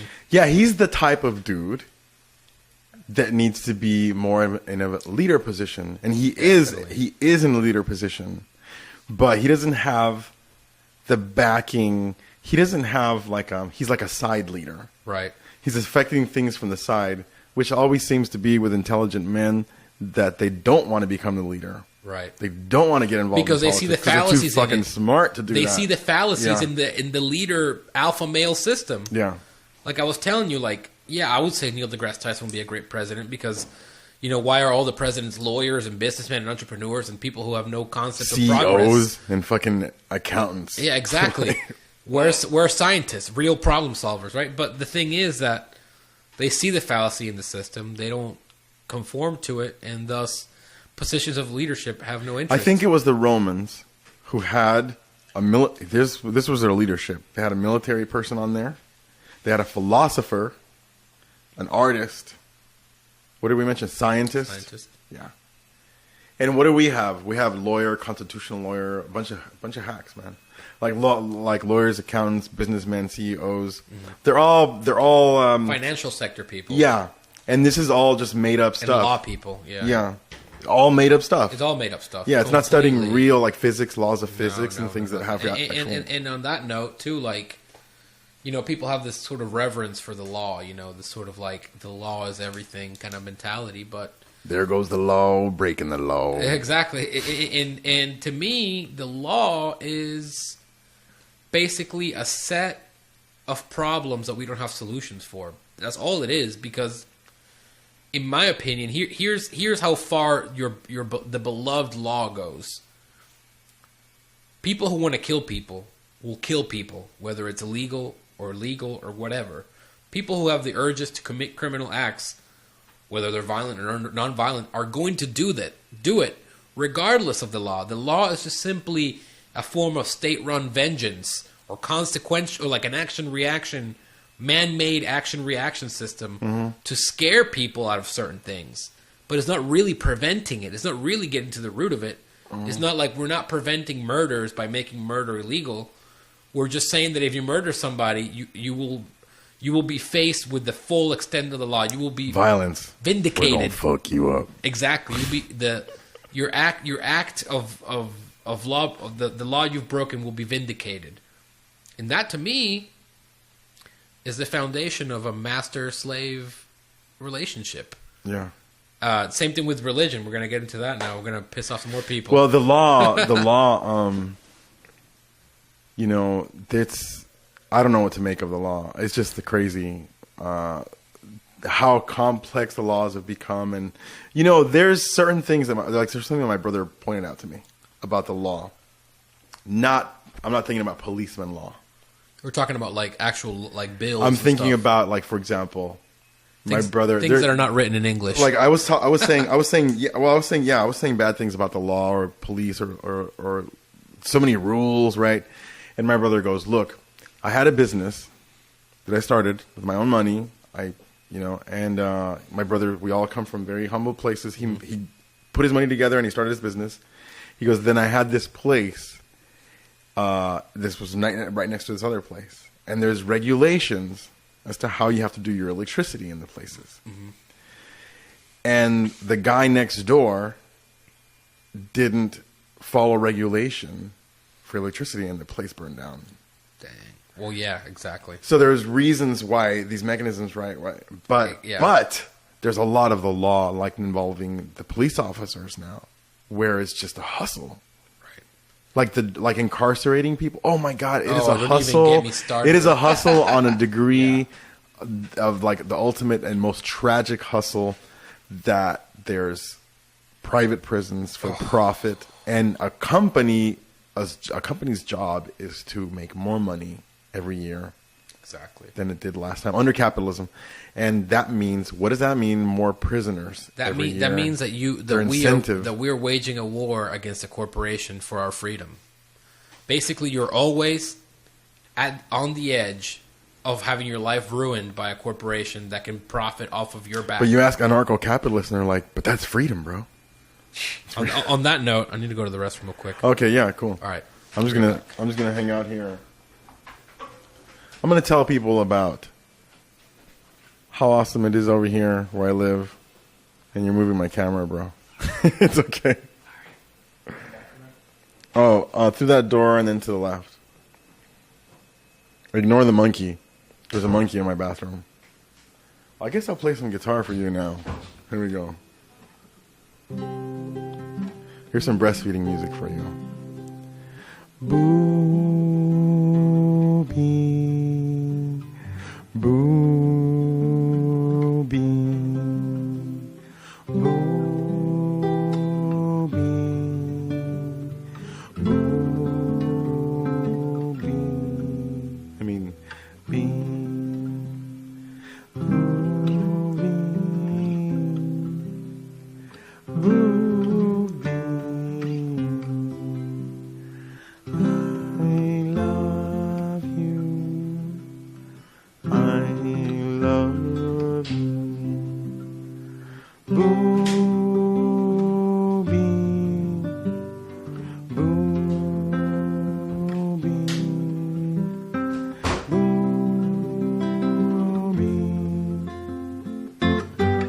Here, you can move my camera. Doesn't matter. I'll just put it back.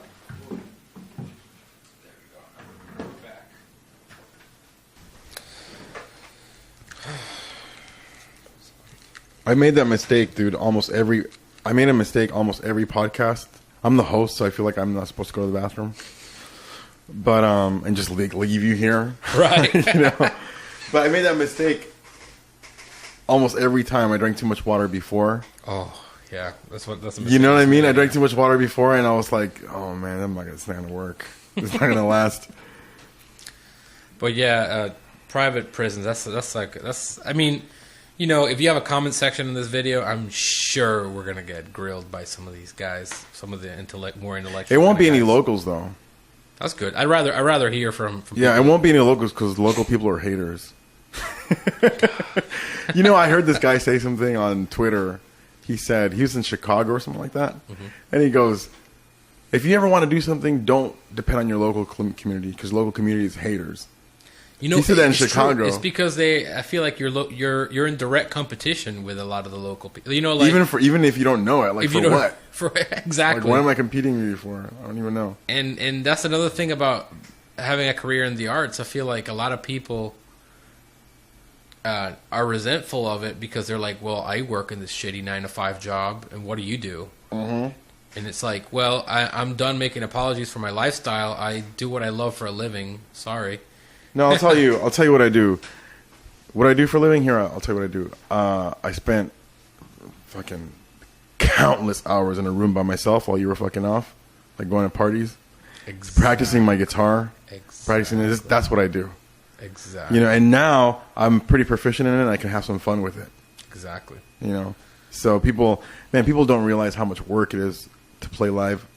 It's insane. Yeah. It's insane. Yeah, it's and how draining it is, dude. Especially the way that I do it, especially how I do it, like making the trumpet sound. You're a solo guy. I mean, you take it there, man. Yeah, first I had to get used to the exhaustion of the attention being put on you because you hold yourself differently. Yeah, it's. You know what I'm saying? You hold yourself, and it's exhausting. Just that alone is exhausting. Having people watch you, definitely, because you hold yourself different. You try to keep your posture differently. I don't know why. You're self-conscious. You're constantly self-conscious. Yeah, constantly, and every move you make, every word you say, can be scrutinized, or can be mocked, or can be ignored, or can be applauded. You know, so there's definitely the psychological aspect, and then the physical aspect, especially for us guitar players. There's the muscles. Oh man, the repetitive motion. Yeah, it's just. Yeah, most musicians get that, man. The cello players, violinists, whatever. I get it right here.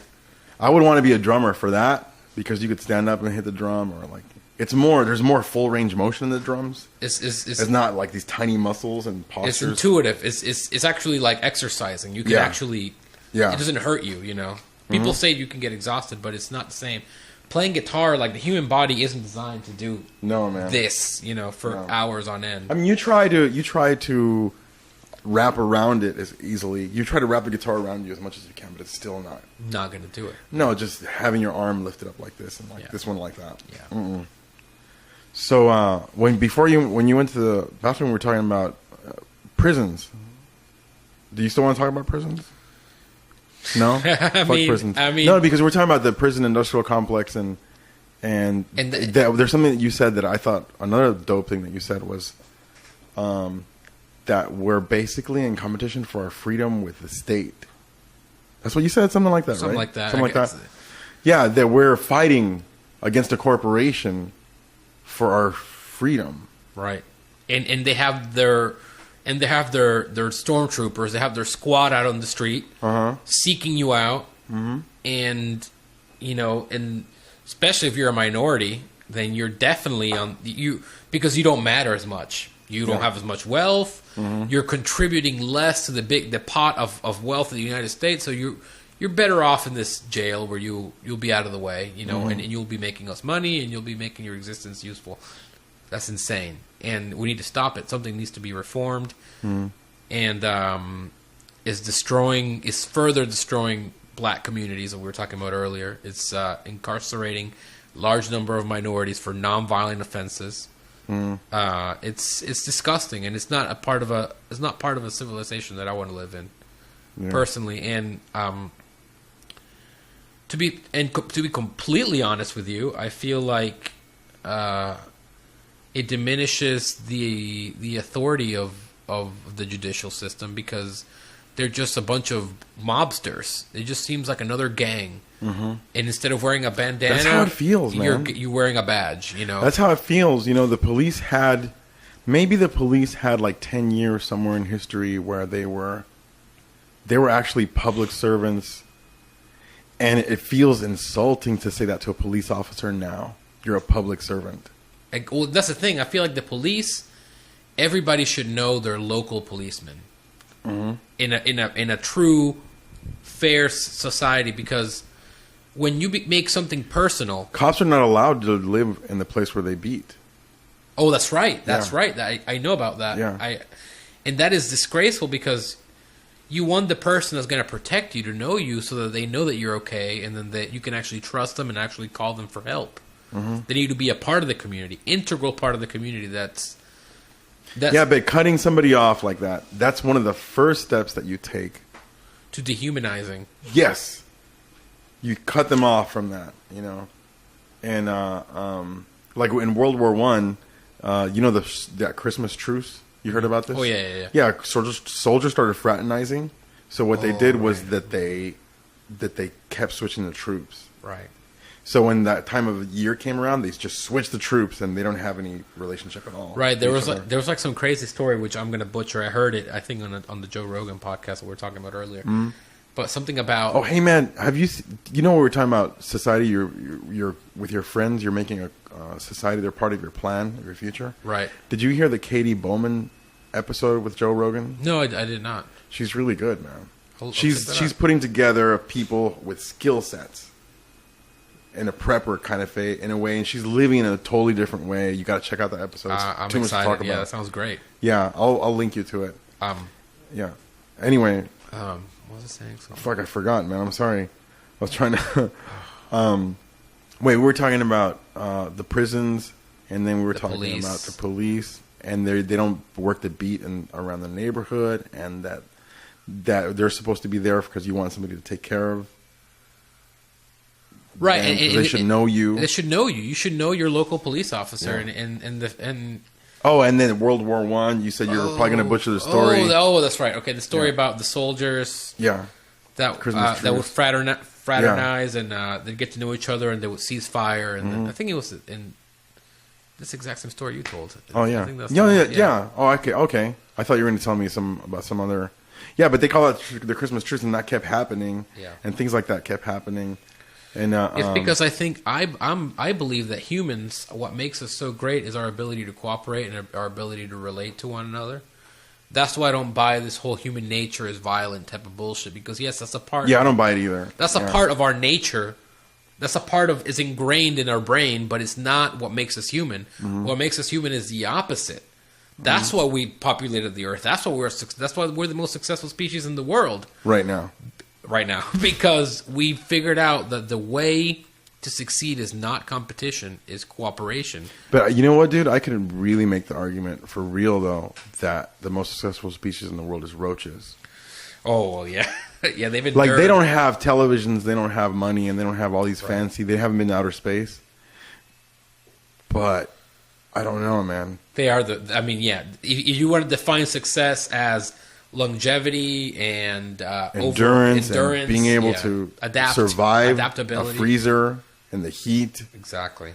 You know, but we think that we're the ones because we're the ones telling the story. Exactly. And there's something to that, you know, for all we know, we're the only intelligent life in the universe, which is improbable, but that's for all we know, that's the case. And what I'm about to say right now, it's a complete ripoff of something that many people have said in the past, but it's we are the manifestation of the universe experiencing itself. And if this is the only time that this ever happened, which it probably isn't, but if it is, then it's worthy of nurture, is worthy of us. We have a responsibility because we are able to experience things, and because we have we can actually interpret the universe. We can actually see it. to keep going and to keep experiencing it. And we are the universe. Yeah. This idea that we are somewhat separated from this. We're not. We are made from the same particles that make asteroids. You know, we are same elements, same particles, same thing, same type of atoms. But for some reason, the configuration, the arrangement of those particles have made it so that you can actually experience where you're in. So really, we are just a conglomerate superorganism that can experience. It's introspective. We've made the universe introspective. Whereas if you see the universe as a force that just is and exists externally, the fact that we exist and we are the universe and we can actually see it means that the universe has done this. Yeah. And wants to see itself. Yeah. Wants to experience itself. And that, I mean, that I don't want to make any kind of supernatural claims, but that's kind of a beautiful thing to me. And that to me is more beautiful and more enlightening than any religious or any hocus pocus kind of nonsense that you hear. I have a 50-50 feeling about that because I think that it's miraculous. And then the other half of the time I think it's like really, like somebody had a really sick sense of humor. Like there's this like character on a planet in the middle of the universe, which is like, you know, dwarfed in the scale of the universe. And the dude is like, I'm alive. Like he just realizes he's alive and then he gets like smashed by an asteroid. Like some Hitchhiker's Guide to the Galaxy type shit. Yeah. You know, it's like comical. The universe is so crazy and strange. And there's so much to it. Yeah. That I don't know if we'll ever understand it or if that's even a goal. Well, yeah. You know, but I know that the way that we look at the world right now is not the only way to look at the world. No. For example, we could be just as interested in doing things in a like the universe, looking at ourselves type of way. Like, who knows what kind of potential we have in other types of technologies. Like, people act like if there was another planet in another solar system and had all the elements that Earth has, that it would eventually turn into Wall Street and corporations and cars and planes. We assume here, the consensus, like assumption, you'll see is clearly that this is the natural outcome of an evolving species. Right. So it's very difficult to get yourself out, or anybody to get themselves out of their upbringing, their surroundings. Get themselves out of that perspective. Right. To step outside of that whole thing, and children can do it. That's exactly. Yeah, and That's I can magical. do it. I can do it from remembering my childhood. It's not being childish, but being childlike is a very important thing to retain as an adult. Have you seen the? Have you read the poem? Every child is made of 100. No. It says like every child is made out of 100 numbers, 100 alphabets, 100 shades of red, 100 this, 100 music notes, 100 this, and we go telling them no, you only have 10. You only have one, and the children goes from 100 to 90 to 80 until we make them one. And you've actually, what you just said right now brings me to a point, which is until our life is valued as once we see the potential for human life, then we will progress as a species. When we think to ourselves, well, better kill them before they kill us, you're not valuing human life. When you say things like, Sam Harris, I'm coming at you. When you say things like, well, it's better if 1,000 people died to save 1 million. Mm-hmm. When you have this sort of, I think I know you were referring. I think I saw that. What he said. Yeah. When you don't value every single human being that is alive, you're not only undervaluing some sort of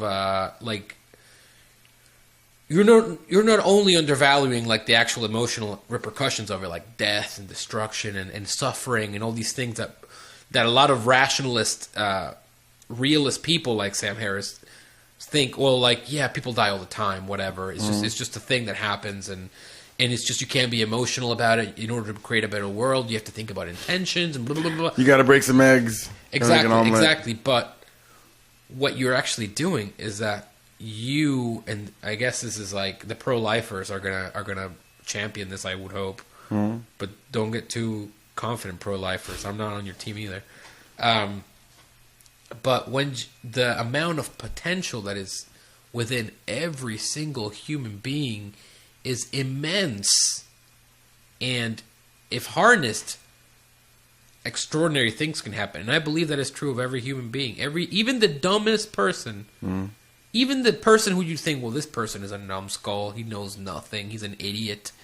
Even that person is capable of completely extraordinary things, because the ability to dream and to imagine and to turn a thought into something real, is untangible.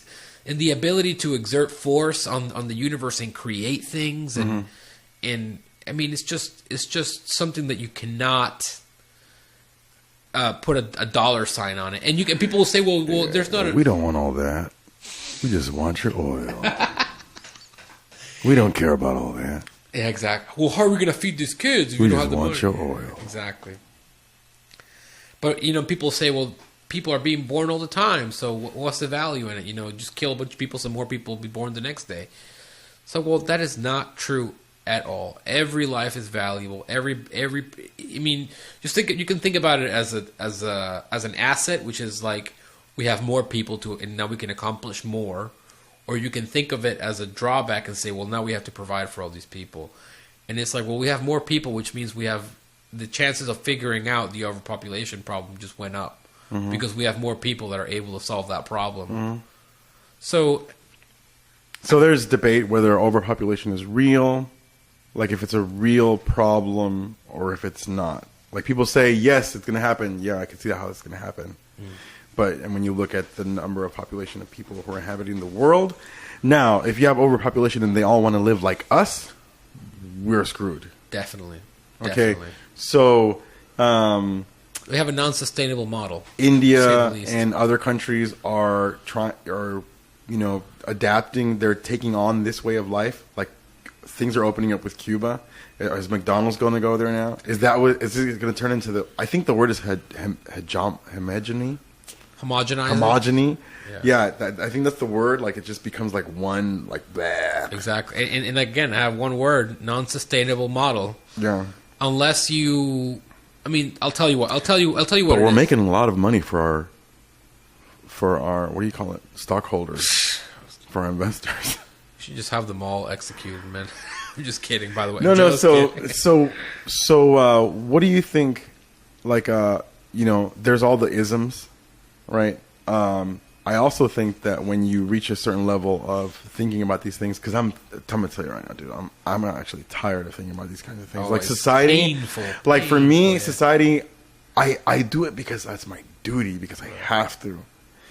Like, for example, telling people that things are unsustainable, like things like that, and illustrating to them how things are unsustainable, or telling people that, okay, we have computers now, and most of your jobs are on the computer. So why is everybody climbing up the highways still, with everybody with their horsepower, like 500 horsepower engines, individually going in the same direction, climbing up the highway when you're going to go to work and to sit on a computer, when you can just do that at home or from some nearby satellite computer center or whatever.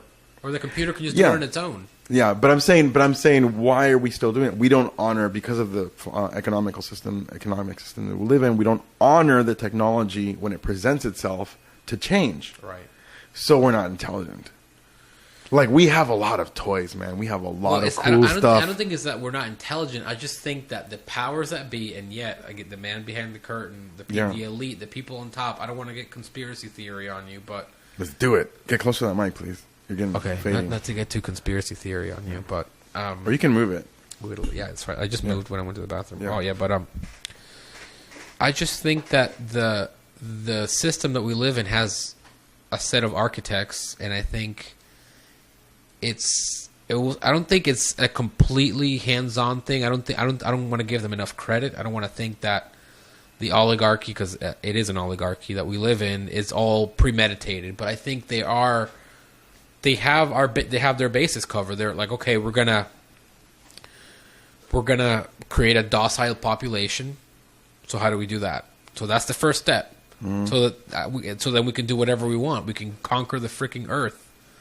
And I think part of that 9 to 5, that job mentality that you have to go to this place, is part of that indoctrination. It's just like going to church.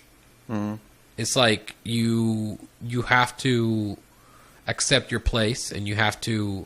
And you're occupying the person's time completely and their energy completely. Exactly. And you're harnessing their potential in a way that it makes them seem meaningful, but it's just really like a hamster in a wheel. You're just... the hamster thinks is going somewhere, but in reality he's not. And then they give you an allowance. They give you this money that you use, in your day-to-day life from investing your time in their company. And then you go and spend that money in other companies that are probably associated with the company that hired you in some way behind closed doors. So that money goes back to them in some way.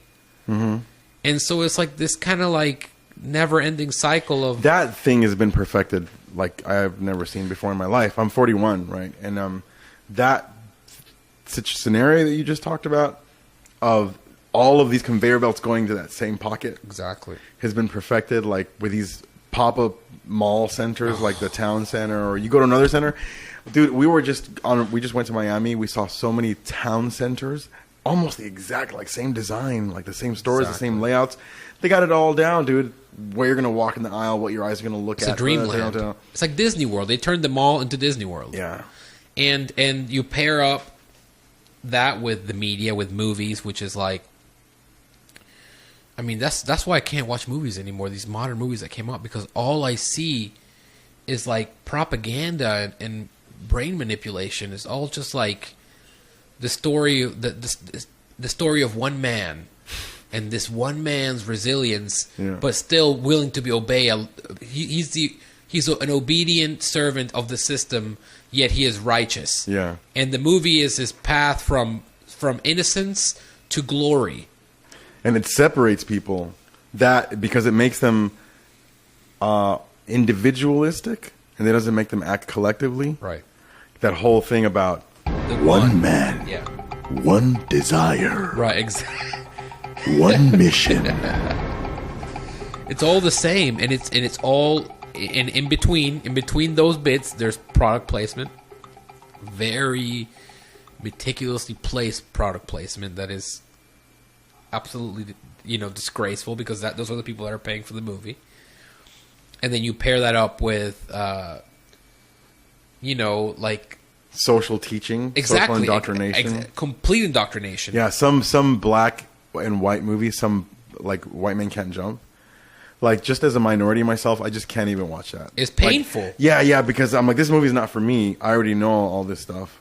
That movie, it's to educate other people. I had a similar experience. The Butler, The Help. What was that? The Help. I was like, I'll give you. What I'm saying, the black community. I heard from the black community that they thought that they just stripped the dude of his. They said he was confrontational. Dang. They made him like real docile, like, okay, of course, of course, like Martin Luther King versus Malcolm X. Yeah. Anyway, I don't want to get into that. I'll give you an example of a movie that offended me in that way, and it takes a lot to offend me, but this movie particularly offended me. It's stupidity that offends you, isn't it? It's definite. Yeah. And this movie is it's called Chef, or Ignorance, I should say. Yeah. Chef. Have you heard of that movie? Yeah, I've heard of it. I was very offended by it because, I am Latin American. I'm from Venezuela, and I kind of hate this, like, I struggle with this portrayal of, like, the Latin people thing. And it's like... And I laugh at it too, man. It's insane. It's like we have some club or something. Exactly. It's like some ridiculous club, and this sort of like homogenization of like Mexican and Cuban, and it's all the same Puerto Rican. It's all the same shit, and we all wear fedoras, and we all eat fucking carne asada, and we all dance like this, and it's like, what the hell is going on? Like, it's like that is not the case, and we're all just like the same shade of brown, and we all love our mom's cooking, and it's all just this ridiculous thing. Which, let's face it, we do. Mama, my mouth is watering right now. I mean, it's insane, and it really angers me because it's like it gives people this idea that the one that he said about we dance like this, we all do. Yeah, we all just go like this. Yeah, but it's when I lived in Venezuela, one thing that I noticed, there's a huge amount of diversity, just like here. They brought black people down there too, blonde Venezuelans, green-eyed, blue-eyed, exactly, all kinds, and people with different points of views. People who hate dancing, people who love dancing, people who identify with certain cultures, people who love hip-hop, people who love rock and roll, people who wear goth gear. Yet, the way that Latin American people, because I also hate the term Hispanic because it's not representative of any race. Yeah, I say that word, Hispanic, because I grew up saying that word until they made it bad. They made it bad? When I was growing up, that was the word, Hispanic. I don't give a fuck. You know what I'm talking about? Right. I'm talking about those dudes over there eating tortillas. Well, they're Hispanics, Well, all it means is Spanish speaking. That's all it means. Yeah, but that's what I mean. But it's not a race. Like, when you check the race. Fuck, race is bullshit anyway. Exactly. Race is all about, look, in the South, man. Like, for example, my grandmother is black. Okay? And, well, she's half black. And, but you could see it on her easily. Right? My daughter has a sickle cell trait and she's totally blonde. Right? But, she could never say, I could never say, I can't walk around saying I'm black, because what matters, it only matters how you look here. Exactly. That's what matters. It's a visual thing. Right. It's like a visual thing here that people have a problem with, and it's because it's easy to like we always talk about. I mean, I figure I'm white enough. I look white enough. I can be white. I don't know. I feel white on the inside. I feel white on the inside. But yeah, and that's another thing. People say that, I feel like I've met people, Latin American people that, I used to know that say, well, you're just a white acting guy. And it's like, I don't even know what that means to be white acting. So because I'm eloquent, because I don't conform to a stereotype, means that I'm white acting.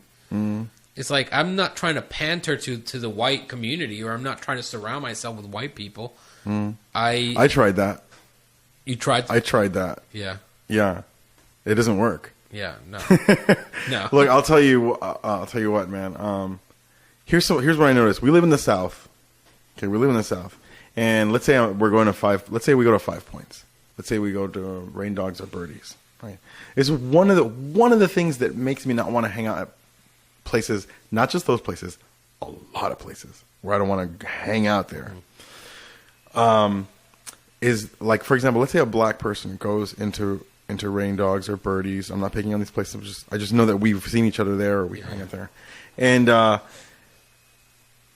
if they don't adhere to the culture, to the dominant culture there, if they don't talk like this, or have black rim glasses, yeah, if they don't talk in some non quote unquote threatening way, if they don't behave, if they don't adapt to the culture, there's not really a mixing of cultures going on there. There never was. Never, no. It's not like this person talks funny because they're from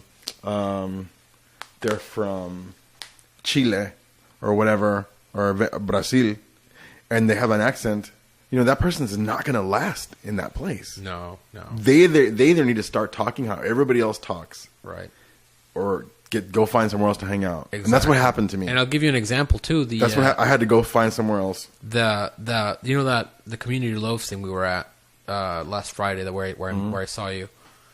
That is in a neighborhood called Edgewood or Murray Hill, right? Murray Hill, I think, yeah. And for those listeners who are not from Jacksonville, Murray Hill, after a certain point, it becomes a predominantly black neighborhood. Mm-hmm. And past that, it becomes the West Side, which is a predominantly poor white neighborhood, right? But that's a little bit way past that, Yet we were at an event that was on the cusp of this neighborhood, and there was 3 or 4 black people there. Mm-hmm. That makes no sense. This is a community event that is being held at a primarily black neighborhood. Mm-hmm. Yet all the people that were there were like hipsters with their like You got the beards moving in. yeah with their soap making stands and their like organic soda and popsicles and whatever. Dude, you're gonna piss my lady off. I'm just kidding. I think that stuff is great. Don't get me wrong. I think eating organic is I guess is great. It doesn't mean. I mean, I think that rat with cancer study with GMOs is bullshit. I mean, that's not evidence to me that GMOs cause cancer. But whatever. Mm-hmm. Anyway, it's cool, man. If you want to grow organic, that's on you. I'll eat it regardless. I don't discriminate against food, unless it has MSG or whatever. Yeah. But anyway, the point is this event took place in a black neighborhood. But it was promoted in such a way, and listen, the people that run that bakery, the founder Sarah, she's a great friend of mine, and I love her to death. And she seems really cool. She's She's an amazing human being, and I'm not pointing any fingers at her or making any statement on her behalf. I'm just saying. But you have to say these kinds of disclaimers because of the internet. Exactly. Well, these are the attitudes that are unintentionally. Being manifested by our generation, which we think that because we're millennials, we're this like enlightened, post-racial, yeah, exactly thing. But it's like it's not true. We've inherited this system that we are not in control of, and we have to address it in a way that is not comfortable. You know. So I live in a predominantly white neighborhood, right? And around here, I've learned that white people don't like to talk about race, but minorities talk about race like 30% of the time. Yeah. And white people don't want to talk about race. And I'm like, why? We need to talk about this. This is real. This is like really happening around here. Stop pretending like it's not happening. No, it's not. It's all about the individual, Goliath. Because it's the individual that when you're doing that and then you're generalizing. I don't like to speak in generalities. And I'm like, well, it's not on their peripherals. It doesn't affect their day-to-day life. They don't think about a place and say, am I the only white person here? Yeah. They don't think about that. No. I've walked into... They don't have to. Like I said, I went to art school and I don't... I've told you that I get criticism from Latin American people because they're. This is the part where all the white people turn their show off. Yeah, go get your coffee. I'm just kidding. Hi, you look beautiful. Howdy. My wife is white. My wife is white too. See, I'm white on the inside. I'm not. I don't know what I am. But yeah, and again, it's tough. It's a tough spot because the Hispanic or Venezuelan or Latin American people that I've been around accuse me of not being Latin American enough or Hispanic enough, and then in the other end, it's like, well, you're just you're not white enough. You need to stand up for your people. Stand up for your people, and then on the other end, you need to civilize yourself. You need to get a suit and tie and get the whole thing down. But anyway, come on, like your cousin Aldo. But why can't you be more like him? I walk into a place and growing up and going to Douglas Anderson, I go to parties and it's mostly white kids drinking, chilling, smoking weed, whatever. And it's like it doesn't cross you to think that I come from a completely different background than all these people, and it's a weird thing to acknowledge, and to think that maybe you'll be at a party and maybe there'll be a racist person there and they will think lowly of you because of your different race. And that has happened to me. And people dismiss it because like, oh, Andre, what are you talking about? You're just being paranoid. Yeah, people don't know how minorly infuriating that is when they dismiss it. Yeah. When they say you don't know what you're talking about, that it's like that. Because you, as a minority, there's things that, in our case, the white culture is the dominant culture, and every other kind of race is a minority, right?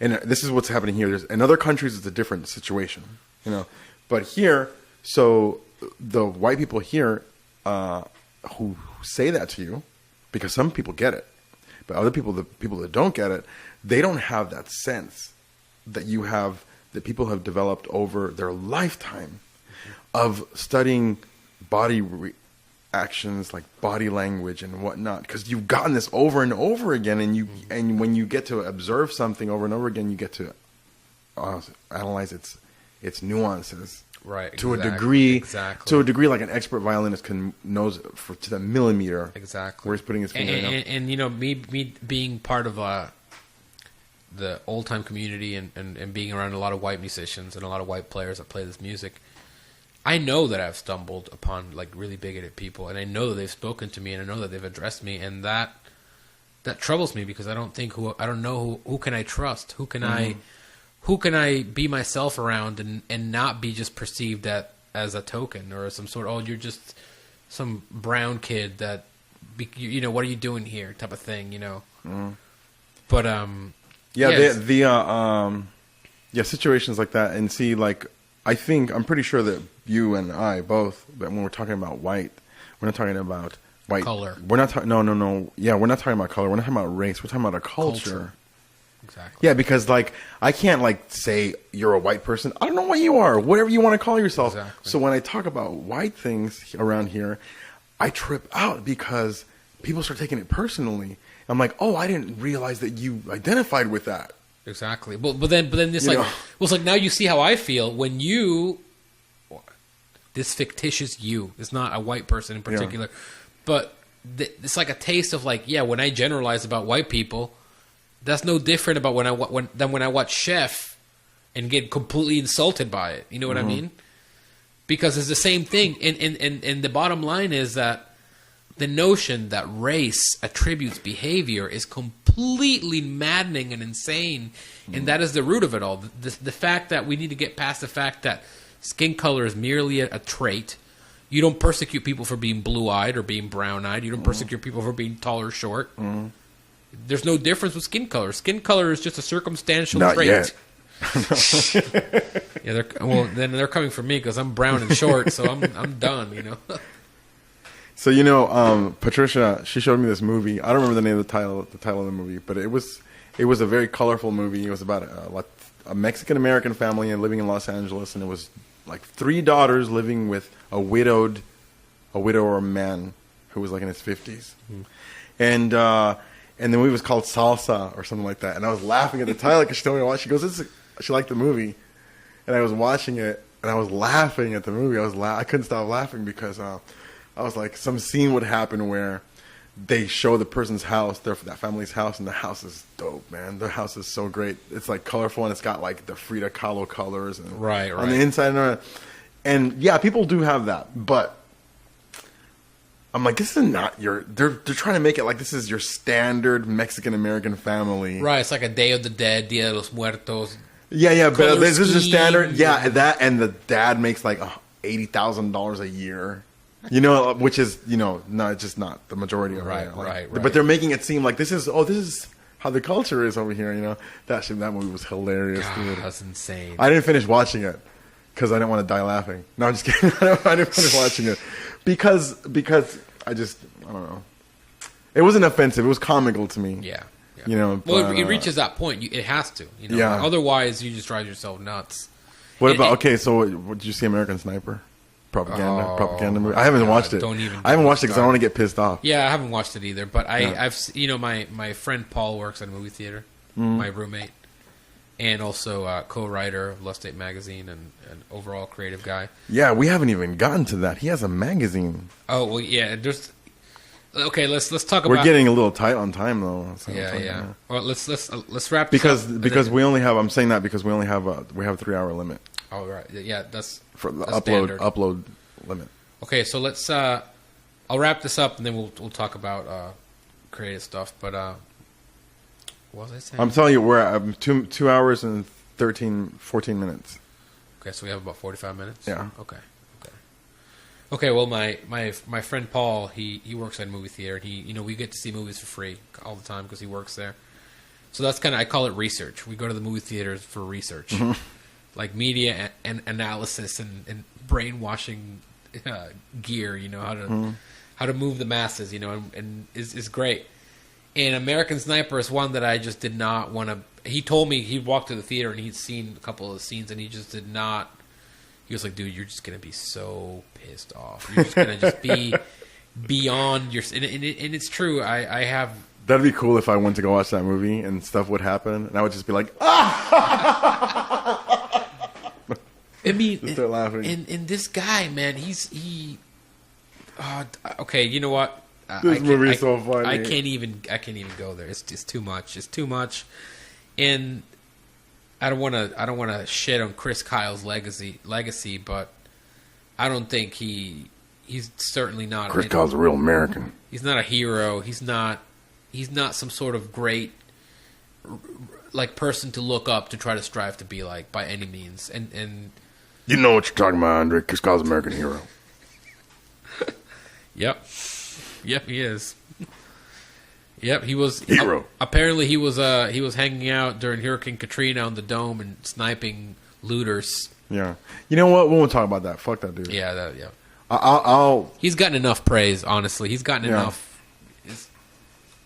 Anyway. Yeah. So yeah, but he is an American hero. We both admit to that. Okay. So end of story. Okay.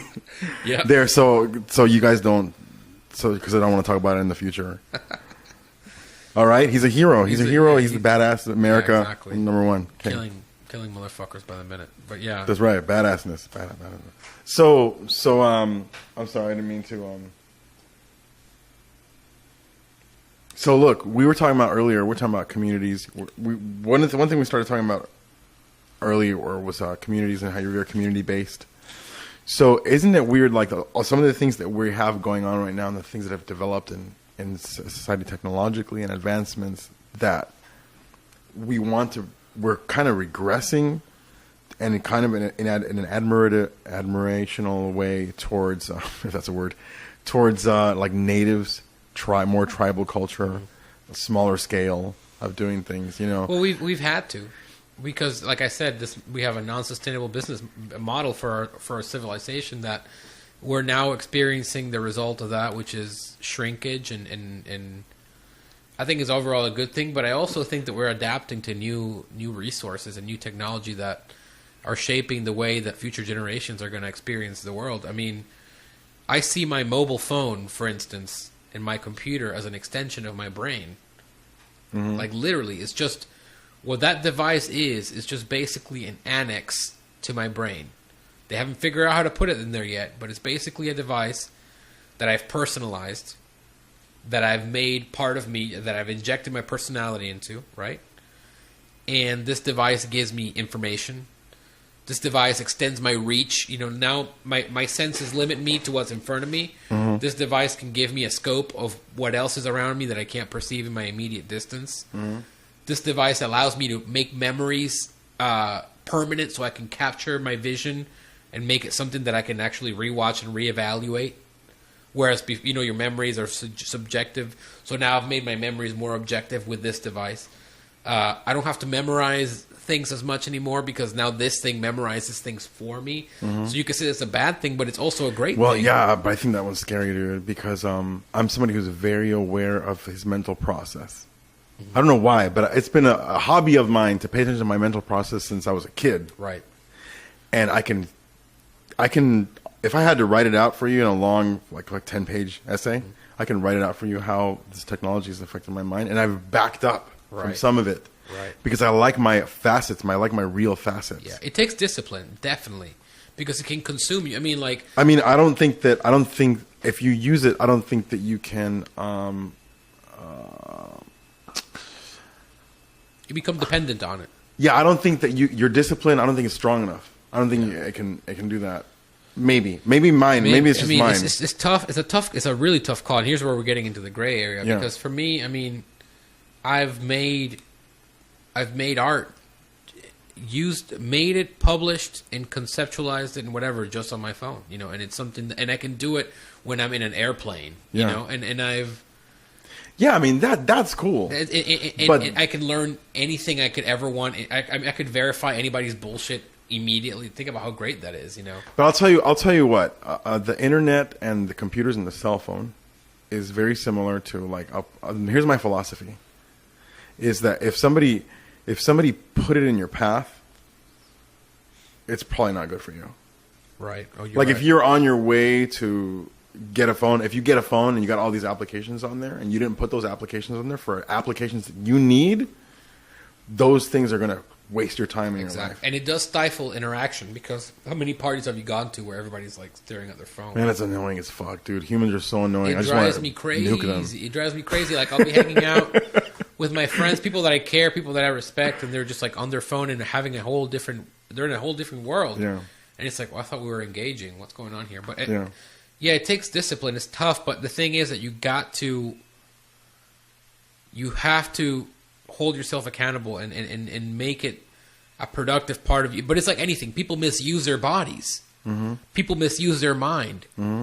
So if we're making the argument that the phone is an extension of your mind, then people definitely misuse that. Yeah, I dig that, what you say. I totally see that. I totally see how it's an extension of who you are. I mean, think about it. It's a scary one because it's a quantifiable one and it's an exploitable one. Very powerful. It's like a superpower. But I'm saying it's an exploitable one from the programmers. Oh, definitely. So now this extension of yourself... They can architect your brain. Yeah. But you know how long till we make this technology small enough to where your smartphone is merely something that you can install in your brain? I don't do that shit. And you can actually, I'm going to be the old guy going, I'm not doing that. And you can actually, like, texting becomes like a form of telepathy. You can actually access the phone in your brain, and you see it, and you can go on the internet, and you can type it, and you can text somebody. That is telepathy. I mean, what if like Egyptians were doing this telepathy just by eating a bunch of kamut every day? it's like I mean, you don't know. You know, you eat different things, it has a different effect on you. Anyway, forget that thought. That was a stupid thought. I don't know why I said that. But so yeah, man, it is tension. But the things it's going so fast. This technological ball is going so fast that people are not thinking about what they're doing. No. And it's one of those situations in history, like World War I, where things are just have momentum, and people are just like going along to get along with it. You know? And people are like, "Oh, everything's going to the cloud. Got to go to the cloud."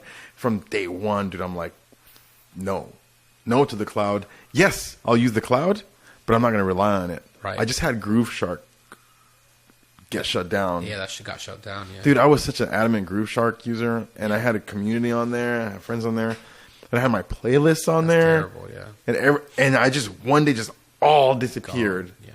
You know, and think about how much time people spend on Facebook, most notably. And think about how the hours that people have spent on there, and then how that when I first got an inkling of a feeling like, oh my God, what am I doing with my time? You think about you yourself like 50 years from now, and you think about, I mean, what are you going to do? Go visit old comments? Nobody does that. People misuse the technology. Like, you upload pictures, you don't even look at them again. Exactly. Like, people are just like, what? It's a complete misuse of the technology, and it's not... Like I said, people are going to misuse their bodies the way they do. They're going to misuse their mind, and it's just no different with this. I feel like people... But it's different. I'm sorry, that's what I meant to say. Yeah. When people say it's not different, I go, this one is different because this...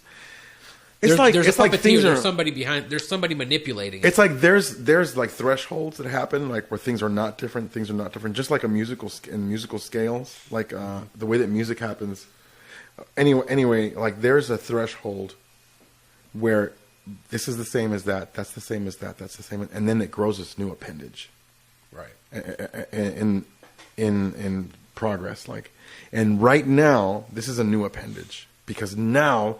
Like I'm telling you, this is a quantifiable, analyzable, manipulatable part of you now. Yeah, definitely. And this is caused by, in a large part, by capitalism, that profit mentality, because this is a way to exploit. Meaning that that there's a middleman in your friendships now, and there's a middleman in your love life. And there's a middleman in your family who is making money off of your human experience. We're down to making money off of your mental process and human experience. Yeah, that is a very profound and sort of... Thanks. I'm glad you don't think I'm crazy. No, and dystopian ideal that... I'm half dystopian over here. I can't help it, man. But you know, it's like... At the same time, it's like I'm also, if I had to describe myself as any kind of for any philosophy or if I had to subscribe to any sort of ism, I would call myself a form of nihilist. I mean, I feel like, yeah, you're right. There are repercussions. There is an insane effect, and there is an action-reaction thing that we cannot stop. But at the same time, it's like we're in for the ride. Does it really matter? Like, what is the outcome is going to be what it's going to be. The machine has been set. Mm-hmm. The technology has been introduced. You can't unmake it. No, but you can change the course of where it's going. You can steer its course. Exactly. You know, and this is where people have like totally given up. Like the way that I see it anyway, because even among my most progressive friends, I like one of the reasons, which is like 40, 50, 60. One of the reasons I stopped using Facebook is because I can't use it. Knowing what I know about technology, I can't use it with integrity in my life. And I like to sleep at night. Yeah. You know what I'm saying? I don't have a Facebook personally. So well, I'm just saying me neither. But I had one, and I'm like, I don't like myself with this thing because I know what this is, and there's so much. I can think of so many better ways to do things. Exactly. Like this. Like what we're doing right now. This, yeah. Which is one of those things that sprouted up from that. But there's nothing can be developed on social media. But we can, you know, and the computers have gone from being an input and output devices to only being user devices. Right. Like you used to interact with the computer. Now it's just telling you what you can and can't do. Exactly. Like these are the parameters. What you can do. You can only scroll down. Yeah. You know, we said so. And that's kind of one of the reasons I started the magazine, started Elucidate, is because that's my favorite magazine in the city, dude. Oh, thank you. I know I've told you that like 10 times, Yeah. but it's true. It's true. And most magazines, you know, like my second favorite one is Arbus because I like the colors and it's got artwork in it. And the folio, I don't pick it up because it's nonsense. Those cover stories, I'm like, man, I don't know. It was not interesting. And that's the thing. And like, I'm not going to lie. I feel like the reception to the magazine has been mixed. And to Lust Ape? Yeah. It's been mixed. And we've gotten a lot of great support that I'm very thankful for, the people that have supported. But there's also people who just are not interested in it at all. People, there's going to be those. Sure. I've had a stack. I've had people actually throw stacks in the garbage and dumpsters. Oh man, at venues, like places you left them. Yeah, I mean, like one. I don't want to mention any names, but one of the sponsors just didn't like it, and I left the stack there, and they dumped it because they're like, I can't let people that come here see this. And it's just kind of raised the question: are people that afraid of different points of views or different? Around here, they are, yeah, especially. And the reason I don't do the magazine anymore in print form, like I did 6 issues, and that's for bi-monthly 2 issues, 6 issues religiously, and it's all, like I said, it was all sponsor based, all local businesses. These people really put their faith in me, and I can't say anything bad about these guys, the people that helped make it happen. But it's just not.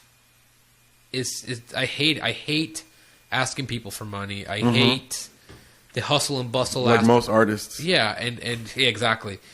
And I felt like a lot of the times, again, all respect to my sponsors, I love them all, and most of them have been exceptional.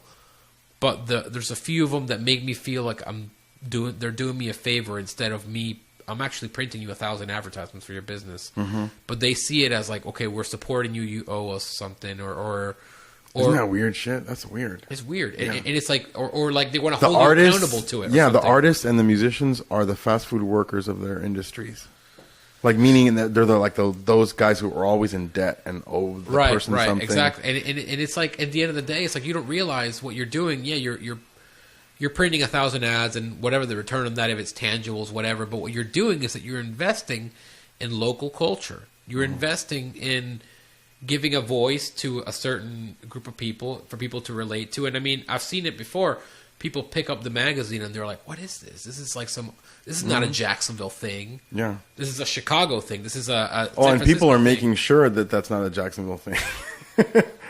I They're think like so keeping too. this place in this dark ages. Like it's Well, it's because this city is for the arts, the tributary for the arts. Yes, there's a cultural council. There's a lot of great stuff, but it's their vision of the arts. They want to architect the vision with their One Sparks. Very again, don't kill me talking shit about One Spark. we're taking over with these podcasts, though. Yeah, we're you in conquering. trouble. With their bullshit like festival art, bullshit jazz blues festival that has no real blues in it. Their bullshit One Sparks with their whatever. They want to make their version. You don't like One Spark, bro? What kind of like? Don't you drink coffee? I'll tell you what. You know what question I hate? You don't like One Spark? No, you know what? I've been to One Spark twice, and I played at it, and I don't have anything bad to say about One Spark, but I don't have anything good to say about One Spark. I'll tell you what it is. It's just. I like that anything that brings people together is good, but I don't want to wuss out. I don't want to be that dude that has to come up with something positive to say. Yeah, like muster it up. It's a Cinderella effect. Is the clock strikes midnight, and Jacksonville goes back to being a crazy, like non-community based city. It's like, okay, we need this incentive to get people to come together and drink downtown. Like it's like basically One Spark turns Jacksonville into Savannah for 3 days. Everything here is based off of drinking and eating. And then strikes midnight, and then everybody goes home and never commutes. People don't again. even know what else to base do. things on. They're like, well, what else is there? Well, here's what you can. Here's that. one change. You can actually compensate the artists to bring culture. You can actually because that's the only way to do it. You can let them do what they want. You fast food worker, the artists. Yeah, exactly. But the thing about Lust Tape, and now I'm doing it digitally. I'm doing a TV show now. Yeah. I'm not TV show. I'm doing an internet show. Basically taking the magazine characters and ideas and articles and making them like for the comics. You know, I do the comic book portion of it. That's going to be animated. I'm gonna miss the comic books, man. Oh yeah, but you'll get this. You'll get to see the stories on the show. They're going to continue Okay. on. And the actual like exposition articles will be more like little documentaries, and the short stories will be more like a podcast. I guess somebody telling you the story and you listening and looking at images or whatever. But the idea is that with that we can reach more people. We can reach a global market, you know, and I feel like people are more keen to watching something that's video based than to read a magazine, because I know the last issue I published online. But one thing I noticed that people don't go around reading magazines on the internet. People go around watching videos on the internet or whatever. So the idea now is to pivot and do a video based thing. I always thought that was so peculiar that people, even myself, does not look at magazines on the internet. No, It's a weird thing, but I'll look at a Kindle. Exactly. Right, but I won't look at magazines on the. I do look at magazines on the internet, but I don't spend very much time doing it. Exactly. Like I've looked at Arbus online. You know, I've looked at. There's this magazine that has like 10,000 magazines on it. You can look at that too. Well, it's because the magazine is an experience. It's like something that you're not looking for that stumbles upon you. Yeah, that's cool. That's true. And that's the cool thing about it. And I would love. You need to turn Lust Tape into a pop-up. Yeah, exactly. A pop-up ad. I would love to keep doing it. I would love to do more issues, but I think I need to get some leverage, and I need to be able to broaden my fan base, because I think that the people that are going to really appreciate it really what Lust Tape is to me is kind of a smoke signal. It's like I feel misrepresented by modern day media. Even the stuff that my generation appreciates, I feel misrepresented by that.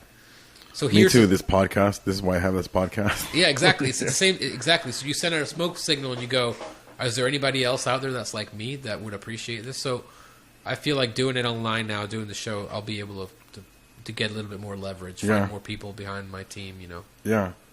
Yeah, and that's a very unfortunate to hear, man. That somebody threw a stack of your workout like that. Well, it's happened multiple times. It's not just that. Yeah, man. That is so. I don't know. I don't even know. I don't even know. I'm kind of speechless about it right now because, first of all, because it seems just like this place, and I don't want to say more bad things about this place, but this place keeps giving me bad things to say about it.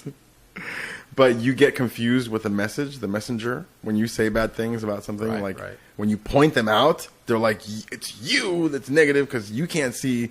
Right. I'm sorry. I'll try not to pay attention to you slapping me in the face next time. Yeah, it's so. But I'm not gonna complain because the fact that I did it 6 times, to me, is an accomplishment. Yeah, man. In a world where, in a market where there is no competition, or where the competition is something like Void, which is like naked girls, right? So when that's the competition, What a weird name too, Void. The Void. Yeah. Or when your competition is other kinds of magazines that are not at all doing what you do. I wouldn't even view them as competition. That's just what the market does. What they want here, what they do is that. But when there's no... The market. Yeah, exactly. And that's the other thing. People ask me, what's your demographic? I hate that question. Oh, yeah. I hate that question more than anything because I don't like to think of people as numbers on a page. Yeah. But anyway, point is when... Just make a number. Just make all that shit up. Exactly. I can Photoshop it for you. That's what I do. I just tell them, oh, yeah, millennials. And the fact that I did it 6 times... The Ponte Vedra crowd. Exactly. The fact that I did it 6 times and I didn't pay out of pocket. I got it. It was all paid for by sponsorship. And a lot of people... I mean, I've had some great moments where the magazine has done exactly what I set out to do. And I want to share the story with you, one particular story. Yeah, that's badass. I love it. Because this is really, I think, the pinnacle of my artistic career. And I don't want to sound pompous or anything, but it sound pompous. I'm all about sounding pompous. This was my... Don't be so modest. You're not that great, okay? Exactly. That's the best advice this chick gave me years ago. Don't be so modest. You're not that great. I was like acting like this modest artist. Like, oh, I'm all right. You know, I was like acting like this artist. And she's like, don't be so modest. You're not that great. That's true. I loved it. That's true. I loved it. That's true. Yeah. And you'll never be great because there's more than a lifetime's worth of work to accomplish. Yeah, so it's like so much. But anyway. Yeah. This story, this particular thing that happened, and it actually happened during One Spark of all crazy things. And I guess this is the one good thing that came out of One Spark for me.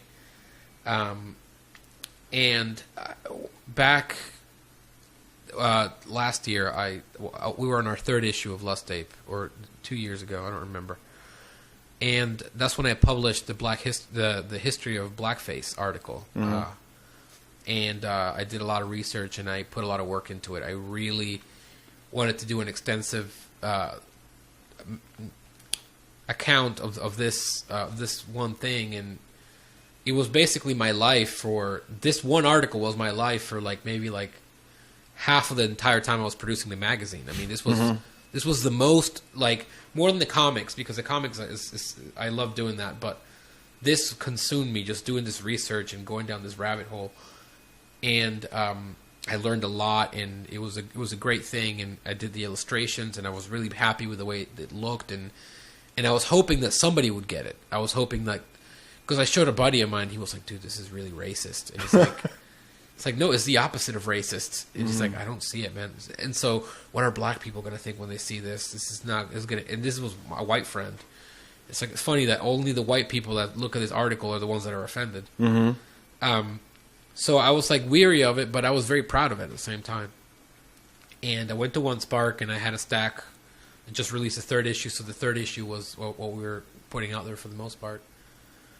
And, this guy, some random black guy comes up, and he picks up the magazine, and he's like, so you all do this? You all do all the drawings? It's like, yeah, I do the drawings. We publish it. We write it. We do the whole shebang. I gave him the whole spiel. So I go, cool, man, right on.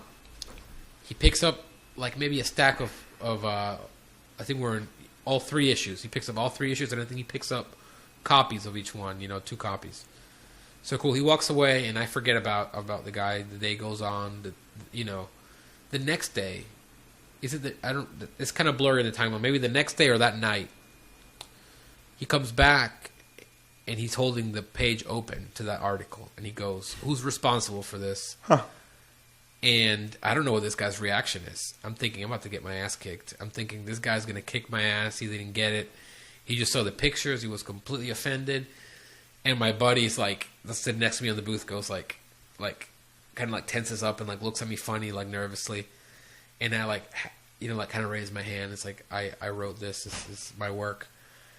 And he told me, thank you. He extends his hand. He shakes my hand. He's No like, shit. That's kind of... Thank you so much. He's like, nobody ever talks about this kind of stuff. This is something that is very meaningful to me, and I really felt represented for the first time. Mm-hmm. And it's like, man, I've never had that happen to me. I've had people say, man, you can draw, or man, you can play guitar well. You know, like, yeah. Like, but you actually said something there. Like, you actually said something. Exactly. You actually got it, and it actually affected you. Yeah. Enough for you to feel like you're not alone in this world. Mm-hmm. And the fact that I was able to do that for somebody else makes me feel validated as an artist, and makes what I do, to me, think is valuable to somebody. And so much so that the 6th issue of Lust Tape I did it for Black History Month. It was in February. Mm-hmm. And me and my friend Ron Johnson, who's a guitar teacher here in town, he wrote an article on Blind Blake, who's a guitar player, black ragtime guitar player, perhaps the greatest ragtime guitar player of all time, who's from Jacksonville, or allegedly from Jacksonville. And I wanted to claim him. I was like, we need to have a mural of this guy in town. We need to have a statue of this guy. So I told Ron to write an article about it and make that the center of the Black History Month issue. So that was the focus of that, and then I reprinted the Blackface article on there. And then on the back of the issue was sort of like 3 important black artists that I respect, and I had them like portraits of them and what they did. I had Jean-Michel Basquiat, who's a painter who I really admire, who's an African American, and I had Neil deGrasse Tyson, a scientist that I admire, and Louis Armstrong, a musician that I admire. So I had all my bases covered, and then below it I had a timeline of the history of black music, starting from African and Eastern, music, and then the field spirituals and the church and the black old time banjo and the fiddle tunes, and going all the way down to Tupac. Like it was like a timeline, you know. And I did one of these morning talks at what is it called? Like AIGA. Are you familiar with them? No. They're like a design community here in town. Okay. And what does that stand for, you know? AIGA? I forget what it stands for. And they had a thing called the Morning Leak, where you go in and you talk about, they have a bunch of guest artists and you talk about your stuff. And I went in to talk about Lust Tape in particular. And I talked about the cartoon, and then I had a visual of the latest issue, which is the 6th issue. And I explained to the audience what it was. And a guy raises his hand and he goes, man, I really learned a lot, and I think you should do this as a video.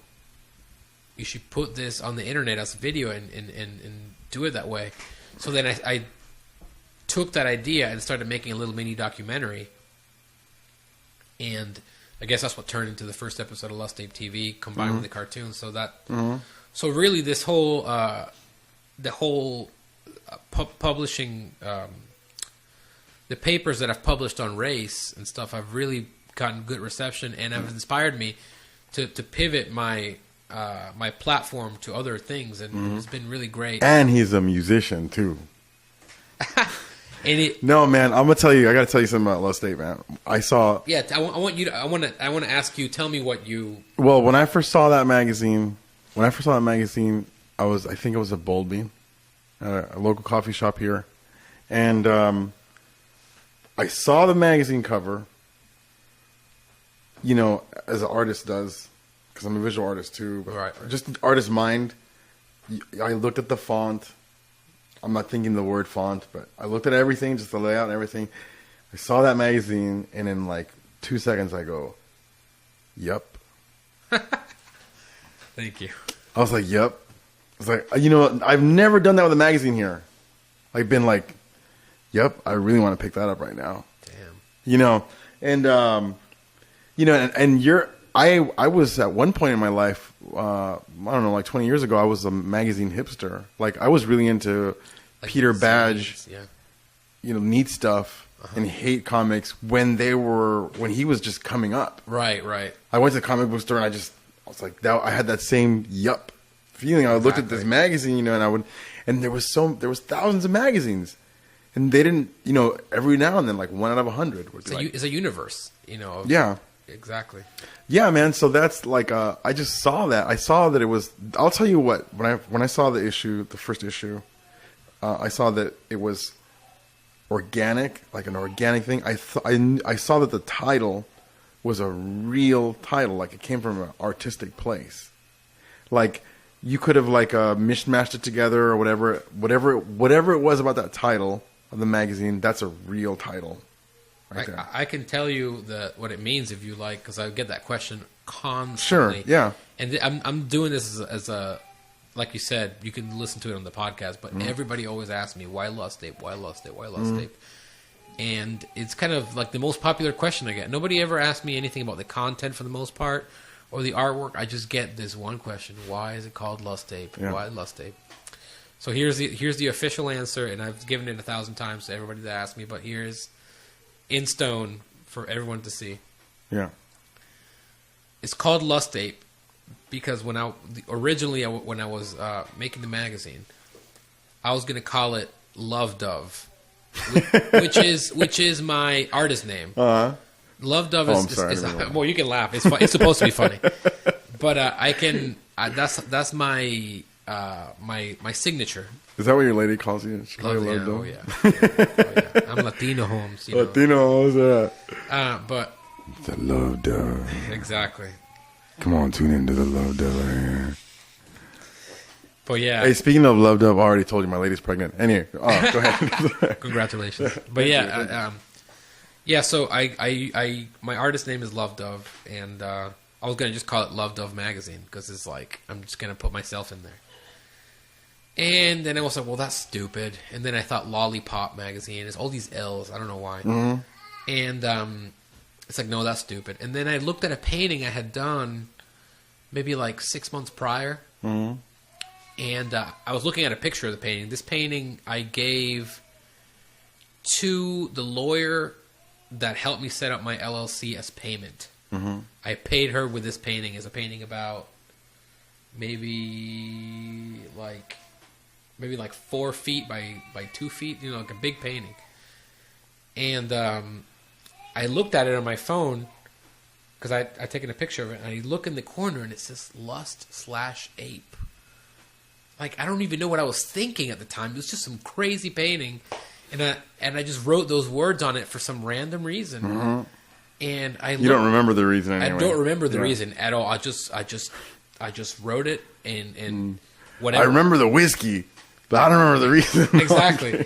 So I wasn't aware of where it came from. So I just typed it in on my InDesign program and left it in as a mock-up title. It's like, okay, if it's funny, for now we'll leave it Lust Ape.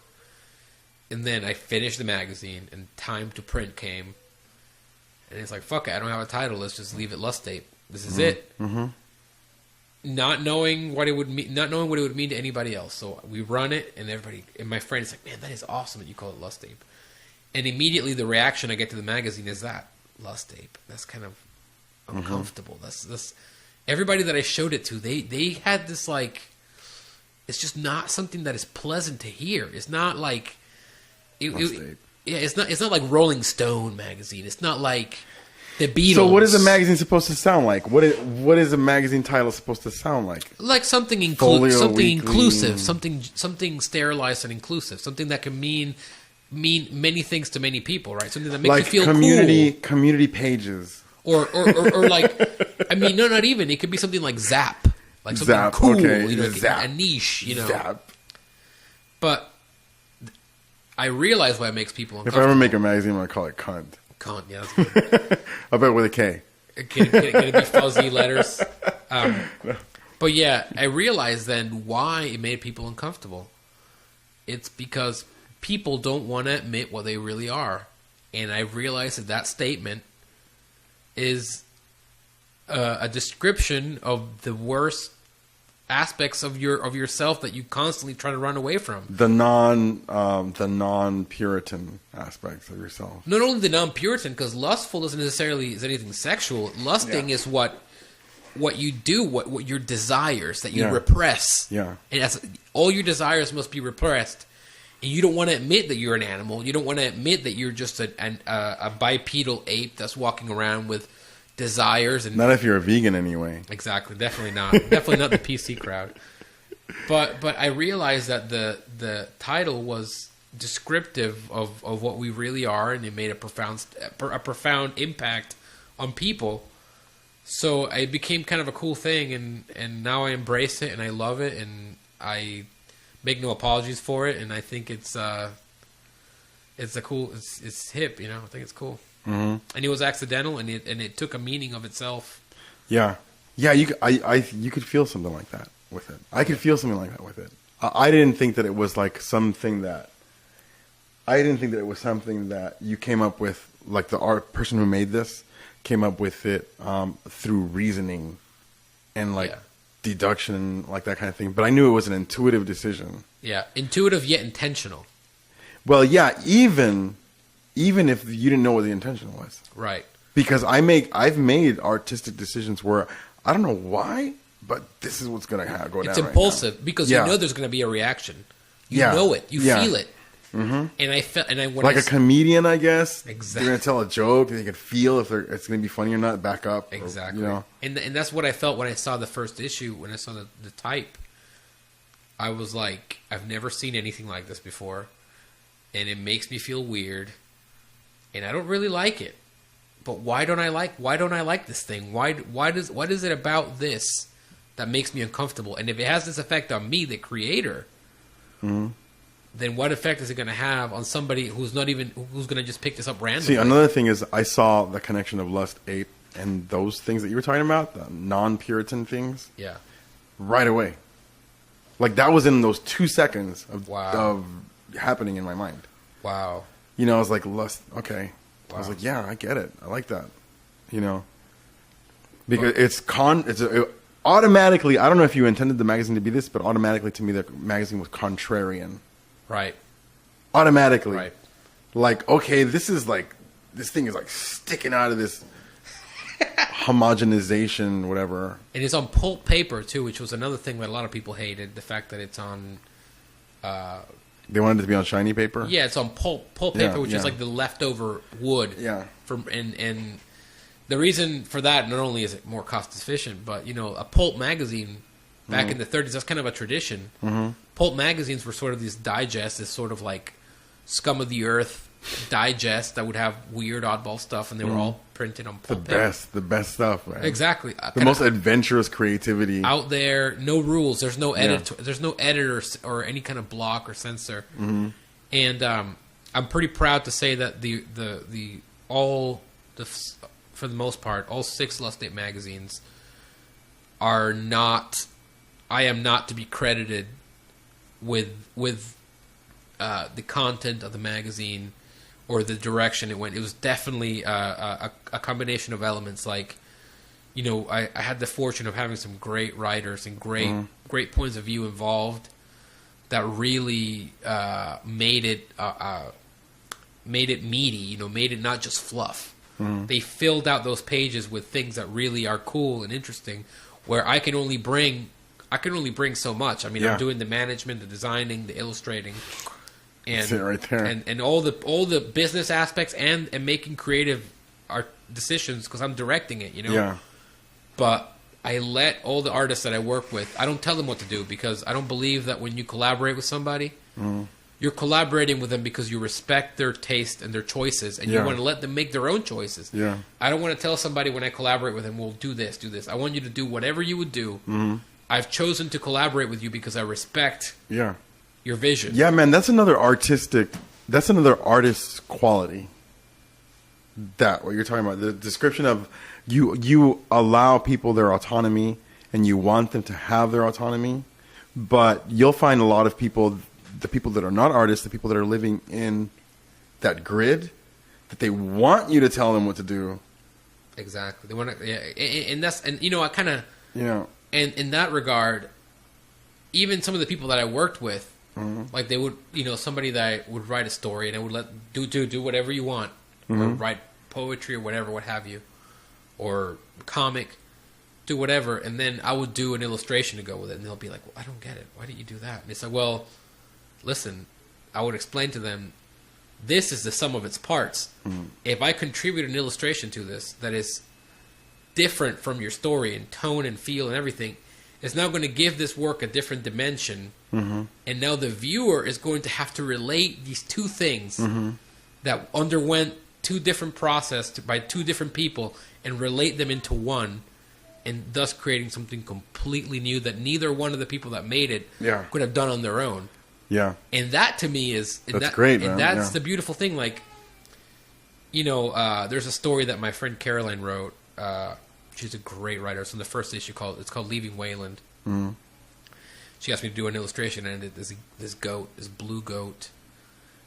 And it's like, okay, I'll embrace it. I don't get it, but that's cool. And I don't really want to disclose what it is. I want people to take out of what they want. But I thought it just added to that story a whole different kind of like punch going into it. Because the first thing you see is this illustration of this goat. And it's a blue goat, and it's very stylized and so on.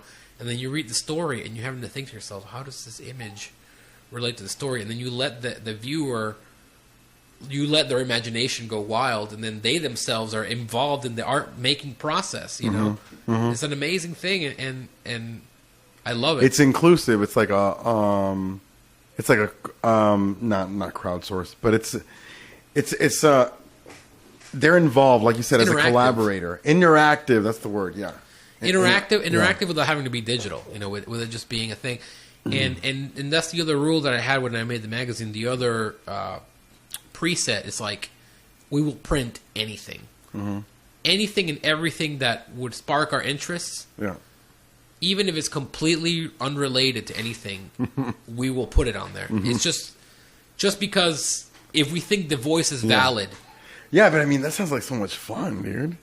Oh, it's a blast. It's like sounds like fun. Like, for example, like this thing that we're doing right here, we're having a great conversation, and even if nobody else likes it, it's still a great conversation. Right, exactly. And they can listen to it. And they can get what they want from it. But I'm saying, And then the other element to it too was, I love certain kinds of music and certain kinds of art and certain kinds of movies and certain kinds of things. And I thought, well, wouldn't it be cool if those that aesthetic was represented, in some sort of way, like. I'm a huge traditional jazz, all kinds of jazz, mainly traditional jazz fan, and I love old roots music, and I love the blues, and I love Jean-Michel Basquiat's and the paintings, and I love, like German expressionist movies, and I love campy Batman 1966 show and El Zorro. Like, I love all these different things. And I wanted to put them together into one pasty thing, So here's the difference between you and most people, is that you'll do that, and most people won't. Well, like, you actually take on that. Well, why can they do it? They can do it. Well, because something that we talked about earlier, which is that when we're talking about art, we're talking about that you were teaching kids, and you like to show people that they could be artists. You don't have to be smart to be an artist. And what my theory is, what I think that I found, what people need the most, more than anything to be an artist, is if you can take any one of those people who thinks they're not an artist, and you just take them and you send them to a retreat where they don't have to go to work and they don't have to get up at a certain time. And you give them whatever they like. They like beer, they want some weed, whatever. Nothing. They want to meditate, they just want some tea. Give them that. Be their daddy, so to speak. Like, take care of them for a year. Let's just say a year, arbitrary number. Maybe it's 2 years. Maybe it's 6 months. But give them a year of time off where they can pursue. They can go to the library. They can do it. They want an instrument. Get them an instrument. And at the end of that year, you'll have an artist. An incubator. So, you got to Because art, really, to me, is introspection and observation. And it comes natural to everyone. Yeah. And if you don't, some people through their whole life, dude, are never given enough time to develop that. Right. Because they jump straight into the rat race. Man, from school, from college, master's degree, whatever, fucking yacht club. Exactly. Fucking, old folks' home. I'm telling you, I don't envy. We have 1 minute. 1 minute. Yeah. Dang. What do you want to talk about? Well, should I tell people where they can see me and where they can reach me? Well, I'll have that in the notes. Okay. You know what I'm saying? Yeah. Like on the YouTube video and at the website, they can just... We didn't even get to talk about music. I know. We'll have to talk about it again. Yeah, we'll do it right. again. We'll do a chapter 2 at some point. Yes. Let's do that. Let's do cool. a music special. Yeah, man. Because I have a lot to say about that as well. Yeah, man. All right. All right. Well, that's been great. Thank you. Thank you for coming on the show, man. Oh, anytime. Anytime you want me. Oh, I'm free, excellent. I'll do it. Excellent.